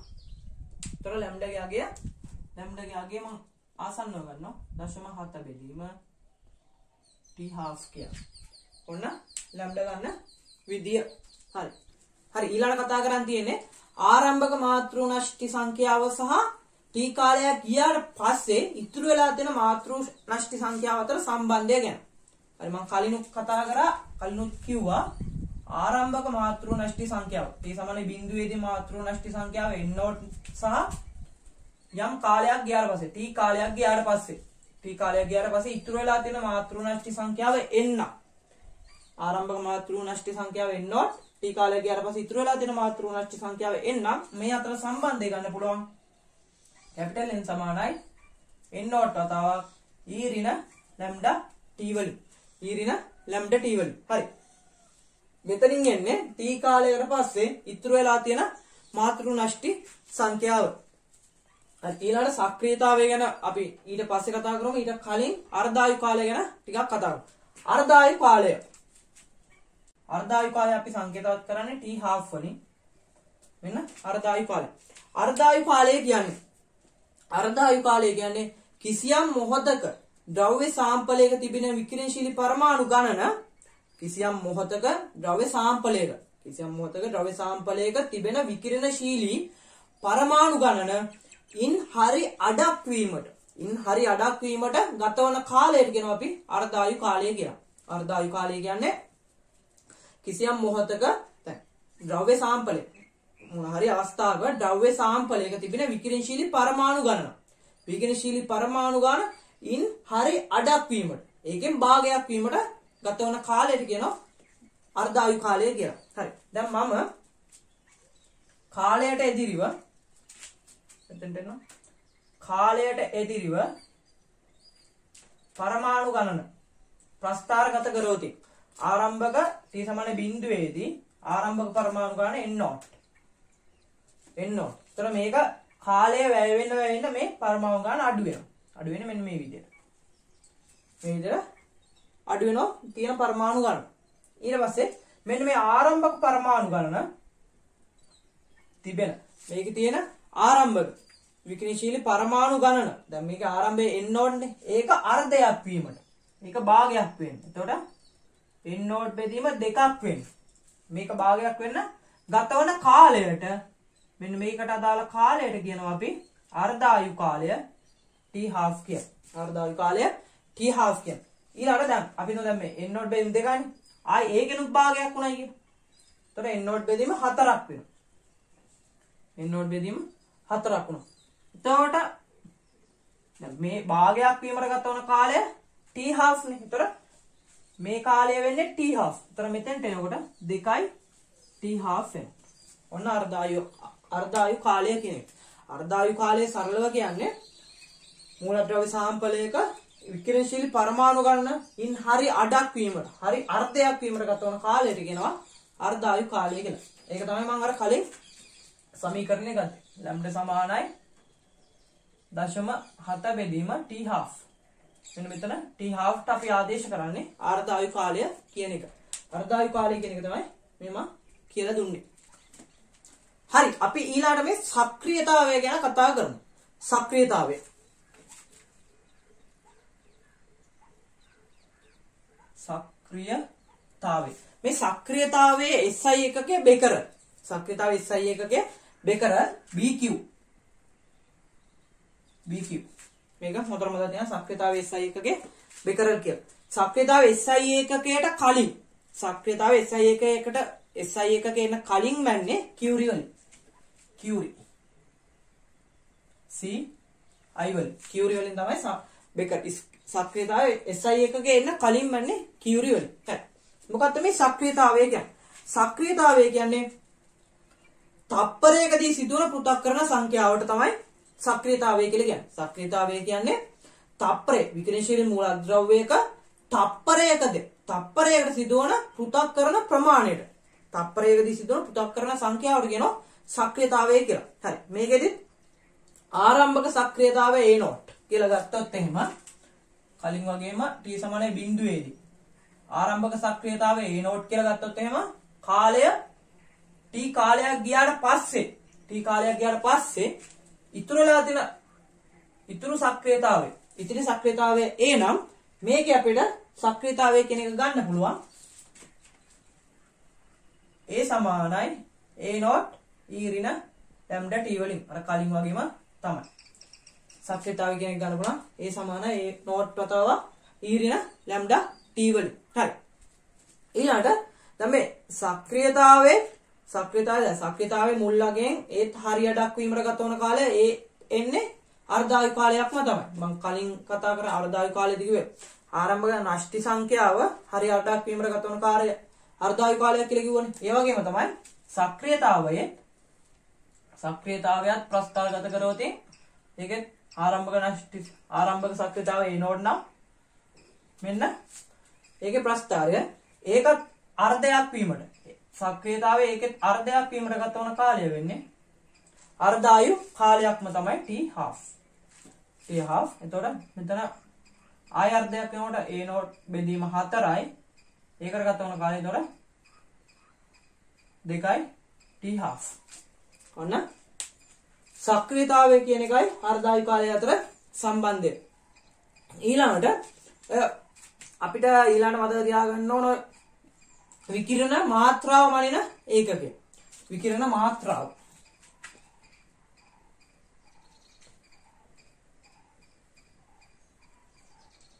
විකිරණ මාත්‍රාව මනින්නේ ග්‍රේ වලින්. විකිරණ මාත්‍රාව මනින්නේ ග්‍රේ වලින්. G Y වලින්. විකිරණ මාත්‍රාව මනින්නේ ග්‍රේ GY. GY තමයි ග්‍රේ. ඒකේ විකිරණයේ මාත්‍රාව මනින්නේ ග්‍රේ වලින්. ඊළඟට තමයි විකිරණයේ සෞඛ්‍ය අවදානම. විකිරණයේ සෞඛ්‍ය අවදානම මන්නේ සීවර්ඩ්ස් වලින්.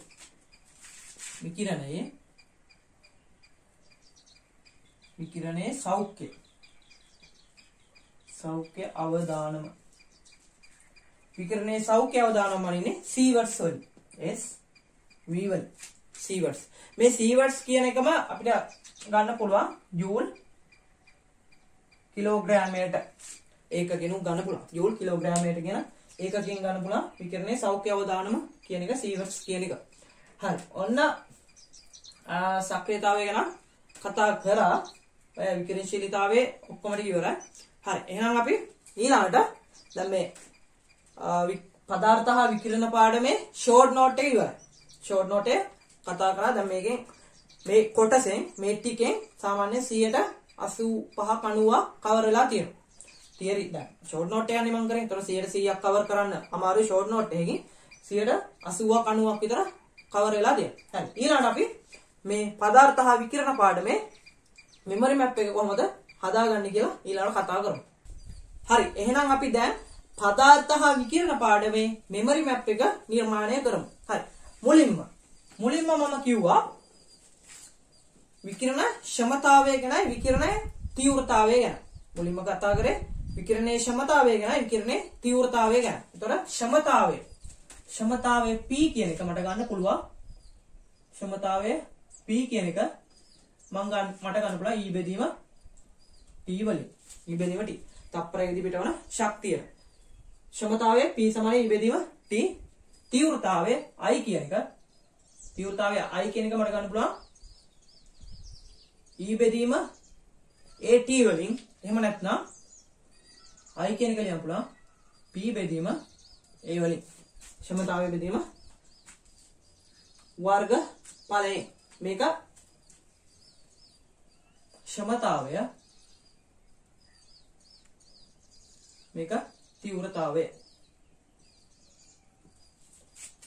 ක්ෂමතාවයයි තීව්‍රතාවය. හරි. ඊළඟට කතා කරා ක්ෂමතාවය තීව්‍රතාවය කතා කරා. ඊළඟට කතා කරා කෘෂ්ණ වස්තු වර්ණාවලිය ගැන.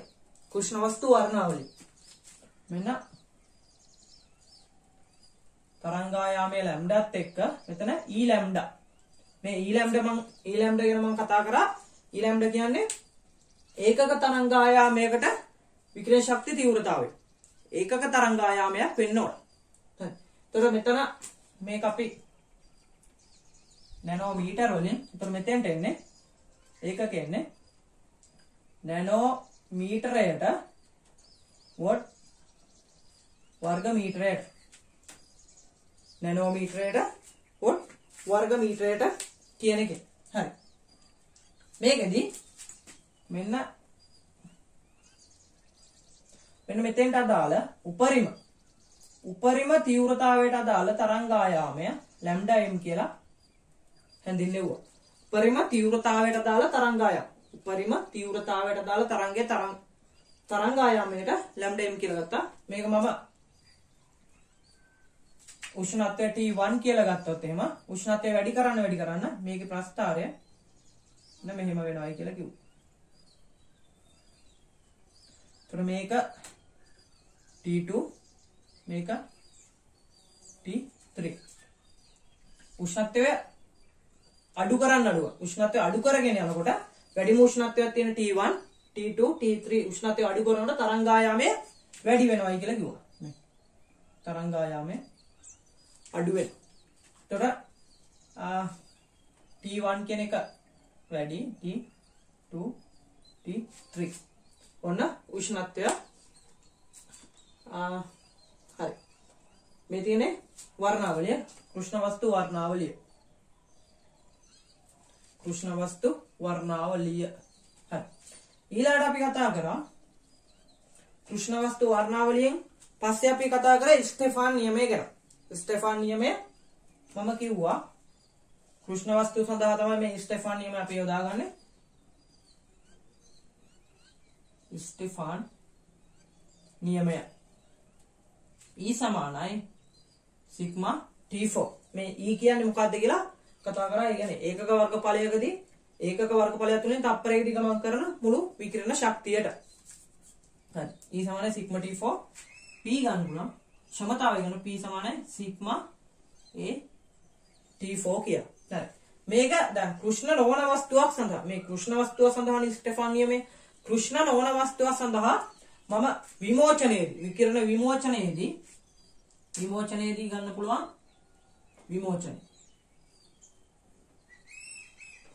විමෝචනයේදී E කියන්නේ simple E sigma T4 simply sigma T4 P සමානයි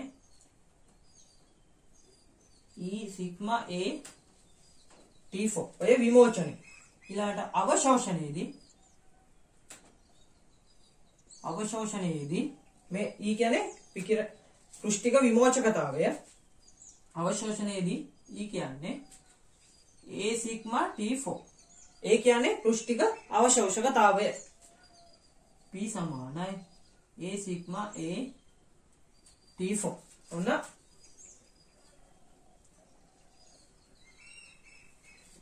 ස්ටෙෆාන් නියමය. හරි. ස්ටෙෆාන් නියමයෙන් පස්සේ මම කතා කරා වීන් විස්ථාපන නියමය ගැන.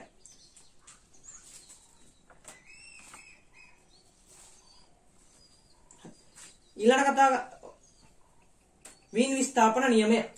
වීන් විස්ථාපන නියමය කිව්වේ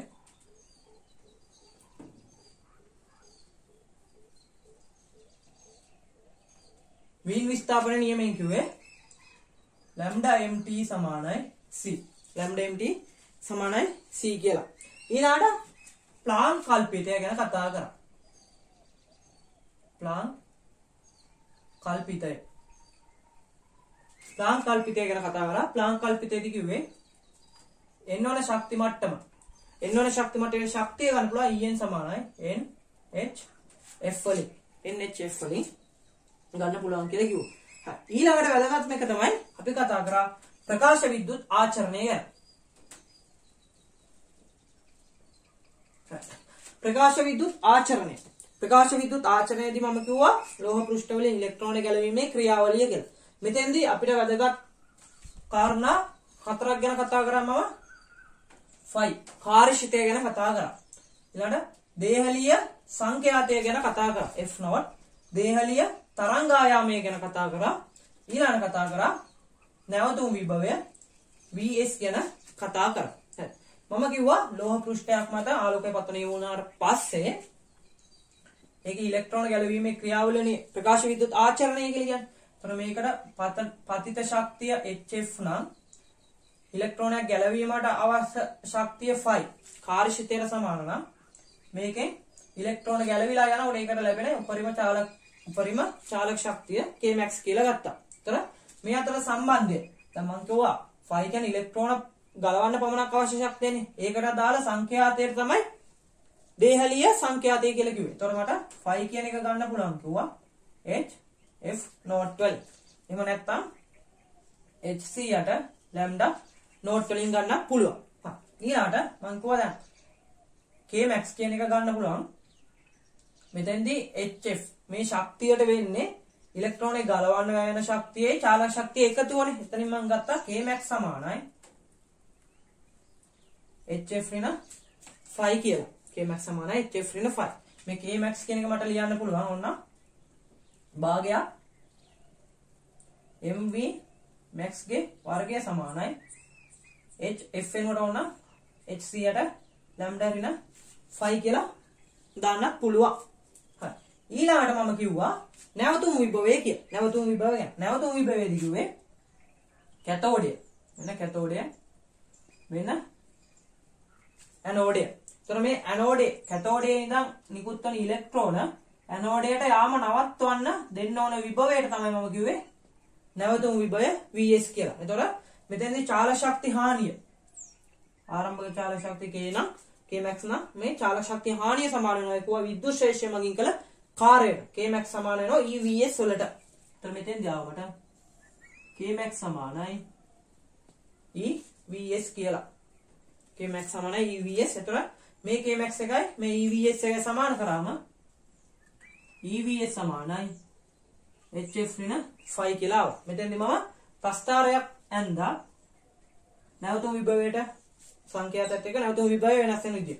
එතකොට h යට e f ඍණ phi යට e. මේකේ ප්‍රස්ථාරය තමයි සංඛ්‍යාතයත් එක්ක නැවතුම් විභවය vs වෙනස් වෙන විදිය. ඍණාන්තක ඛණ්ඩය මේක y සමාන mx ඍණ c ආකාරනේ. එතකොට ඍණාන්තක ඛණ්ඩය ධන අනුක්‍රමණය. අන්තක ඛණ්ඩය ඍණ phi යට e අනුක්‍රමණය h යට e වලින් ගන්න පුළුවන් කිව්වා. ඔන්න ප්‍රකාශ විද්‍යුත් ආචරණයේදී අපි කතා කරපු ටික.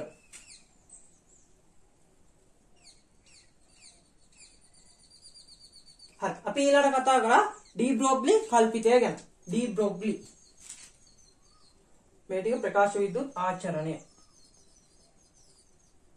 ප්‍රකාශ විද්‍යුත් ආචරණය. ඊළඟට අපි කතා කරා ඩී බ්‍රොග්ලි කල්පිතය ගැන.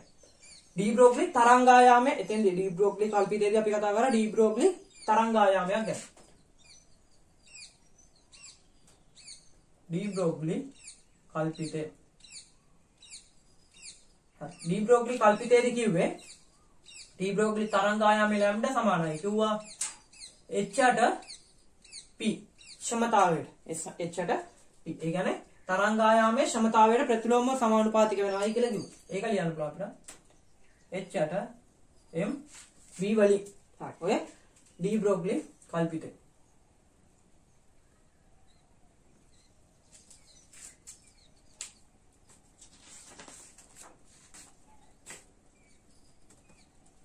හරි ඊළඟට අපි කතා කරා විකිරණශීලීතාවය සම්බන්ධයෙන්. හරි විකිරණශීලීතාවයේදී මම කිව්වා ඇල්ෆා අංශු බීටා අංශු ගැමා අංශු ගැමා විකිරණ පිට වෙනවා කියලා. ඒ අංශු තුන තමයි විකිරණශීලීතාවයේදී පිට වෙන්නේ. හරි ඊළඟට ඇල්ෆා අංශුවක් කියන්නේ හීලියම් නෂ්ටි කියලා කිව්වා. ඇල්ෆා 2 4 නැත්නම් හීලියම් 2 4 කියලා කිව්වා. හරි එතකොට ඇල්ෆා අංශු නිකුත් වීමේදී මම කිව්වා ඇල්ෆා කියන්නේ හීලියම් 2 4 නැත්නම් ඇල්ෆා 2 4. ඒතර මම මෙතනදී මම මාතෘ නෂ්ටිය x කියලා අරගෙන දුහිතෘ නෂ්ටිය y කියලා අරගෙන සමීකරණයක් ලිව්වා. ඒක නම් ලියන්න යන්නේ නැහැ. ඉතින් හරි. එතකොට ඇල්ෆා අංශු ඊළඟට බීටා අංශු. බීටා අංශු වල ආකාර දෙකක් තියෙනවා කිව්වා.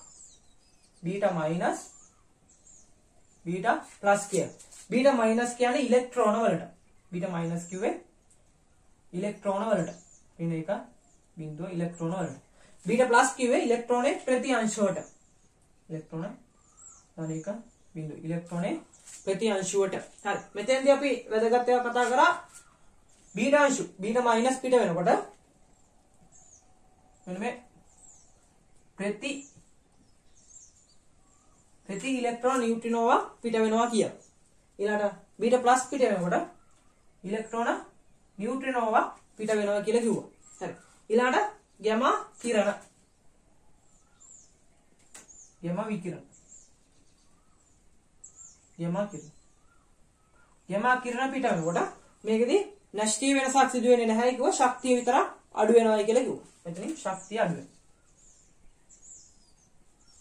ශක්තිය අඩු වෙනවා. නෂ්ටීය වෙනසක් සිදු වෙන්නේ නැහැ. හරි අපි ඊළඟට කතා කරා විකිරණශීලී ක්ෂය වීම ගැන. ඒ කියන්නේ විකිරණශීලී පෘථක්කරණය සම්බන්ධයෙන් නියමය ගැන. හරි ඒකෙදි මුලින්ම අපි කතා කරේ විකිරණශීලී පෘථක්කරණයේදී මම කිව්වා ආරම්භක පෘථක්කරණය. විකිරණශීලී පෘථක්කරණය. එතෙන්දී මම කිව්වා ආරම්භක නෂ්ටි සංඛ්‍යාව n0 t කාලයකට පස්සේ මේ ආරම්භක නෂ්ටි සංඛ්‍යාව n0 t කාලයකට පස්සේ නෂ්ටි සංඛ්‍යාව n. ඊටරලා තියෙන නෂ්ටි සංඛ්‍යාව n.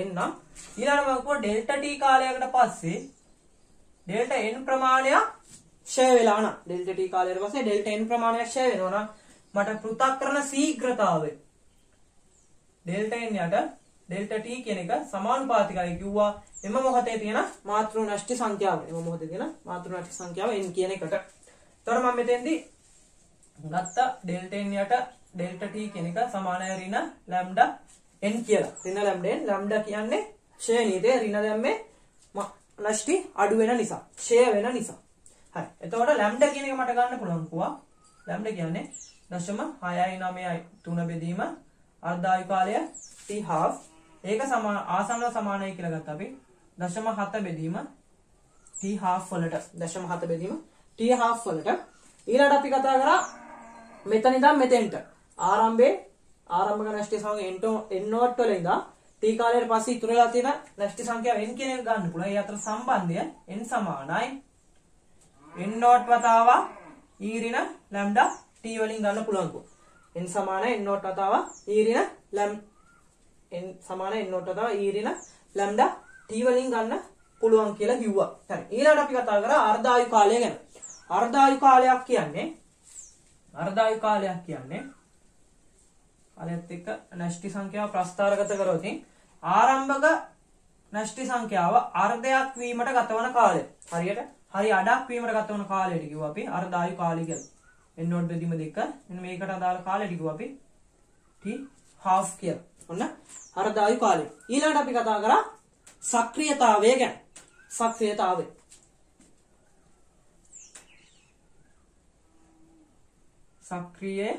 සක්‍රියතාවය ගැන.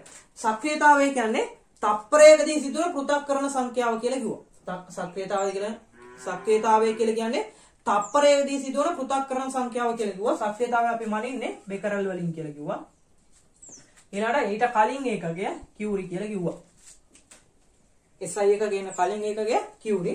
සක්‍රියතාවය ආරම්භක සක්‍රියතාවය A නෝට් නම් T කාලයකට පස්සේ ඉතුරු වෙලා තියෙන සක්‍රියතාවය A නම් ඒක A හා A නෝට් අතර සම්බන්ධය ගන්න පුළුවන්. A සමානයි A නෝට් E ඍණ ලැම්ඩා T වලින් ගන්න පුළුවන් කියලා කිව්වා. A සමානයි A නෝට් අදා E ඍණ ලැම්ඩා T වලින් ගන්න පුළුවන් කිව්වා. ඊළඟට කිව්වා සක්‍රියතාවය ආරම්භක සක්‍රියතාවය අර්ධයක් වීමට ගත වන කාලය ඒකෙදි අර්ධායු කාලයට සමානයි කියලා කිව්වා. මේ ප්‍රස්ථාරයම තමයි එන්නේ. මේ ප්‍රස්ථාරයම තමයි එන්නේ. මේකේ y අක්ෂයට එන්නේ සක්‍රියතාවය. එතකොට මෙන්න මේ ප්‍රස්ථාරය කියන්නේ මෙතන A නෝට් අර්ධයක් වීමට ගත වන කාලය t half කියලා කිව්වා. අර්ධායු කාලයක් තමයි ගත වෙන්නේ කියලා කිව්වා. ඔන්න ඔය ටික තමයි අපි පදාර්ථ හා විකිරණ පාඩමේදී කතා කරේ. සම්පූර්ණයෙන්ම මුලින් ඉඳන් ක්ෂමතාවයෙන් ඉඳන්ම අන්තිම සක්‍රියතාවයට එනකම්. හරි.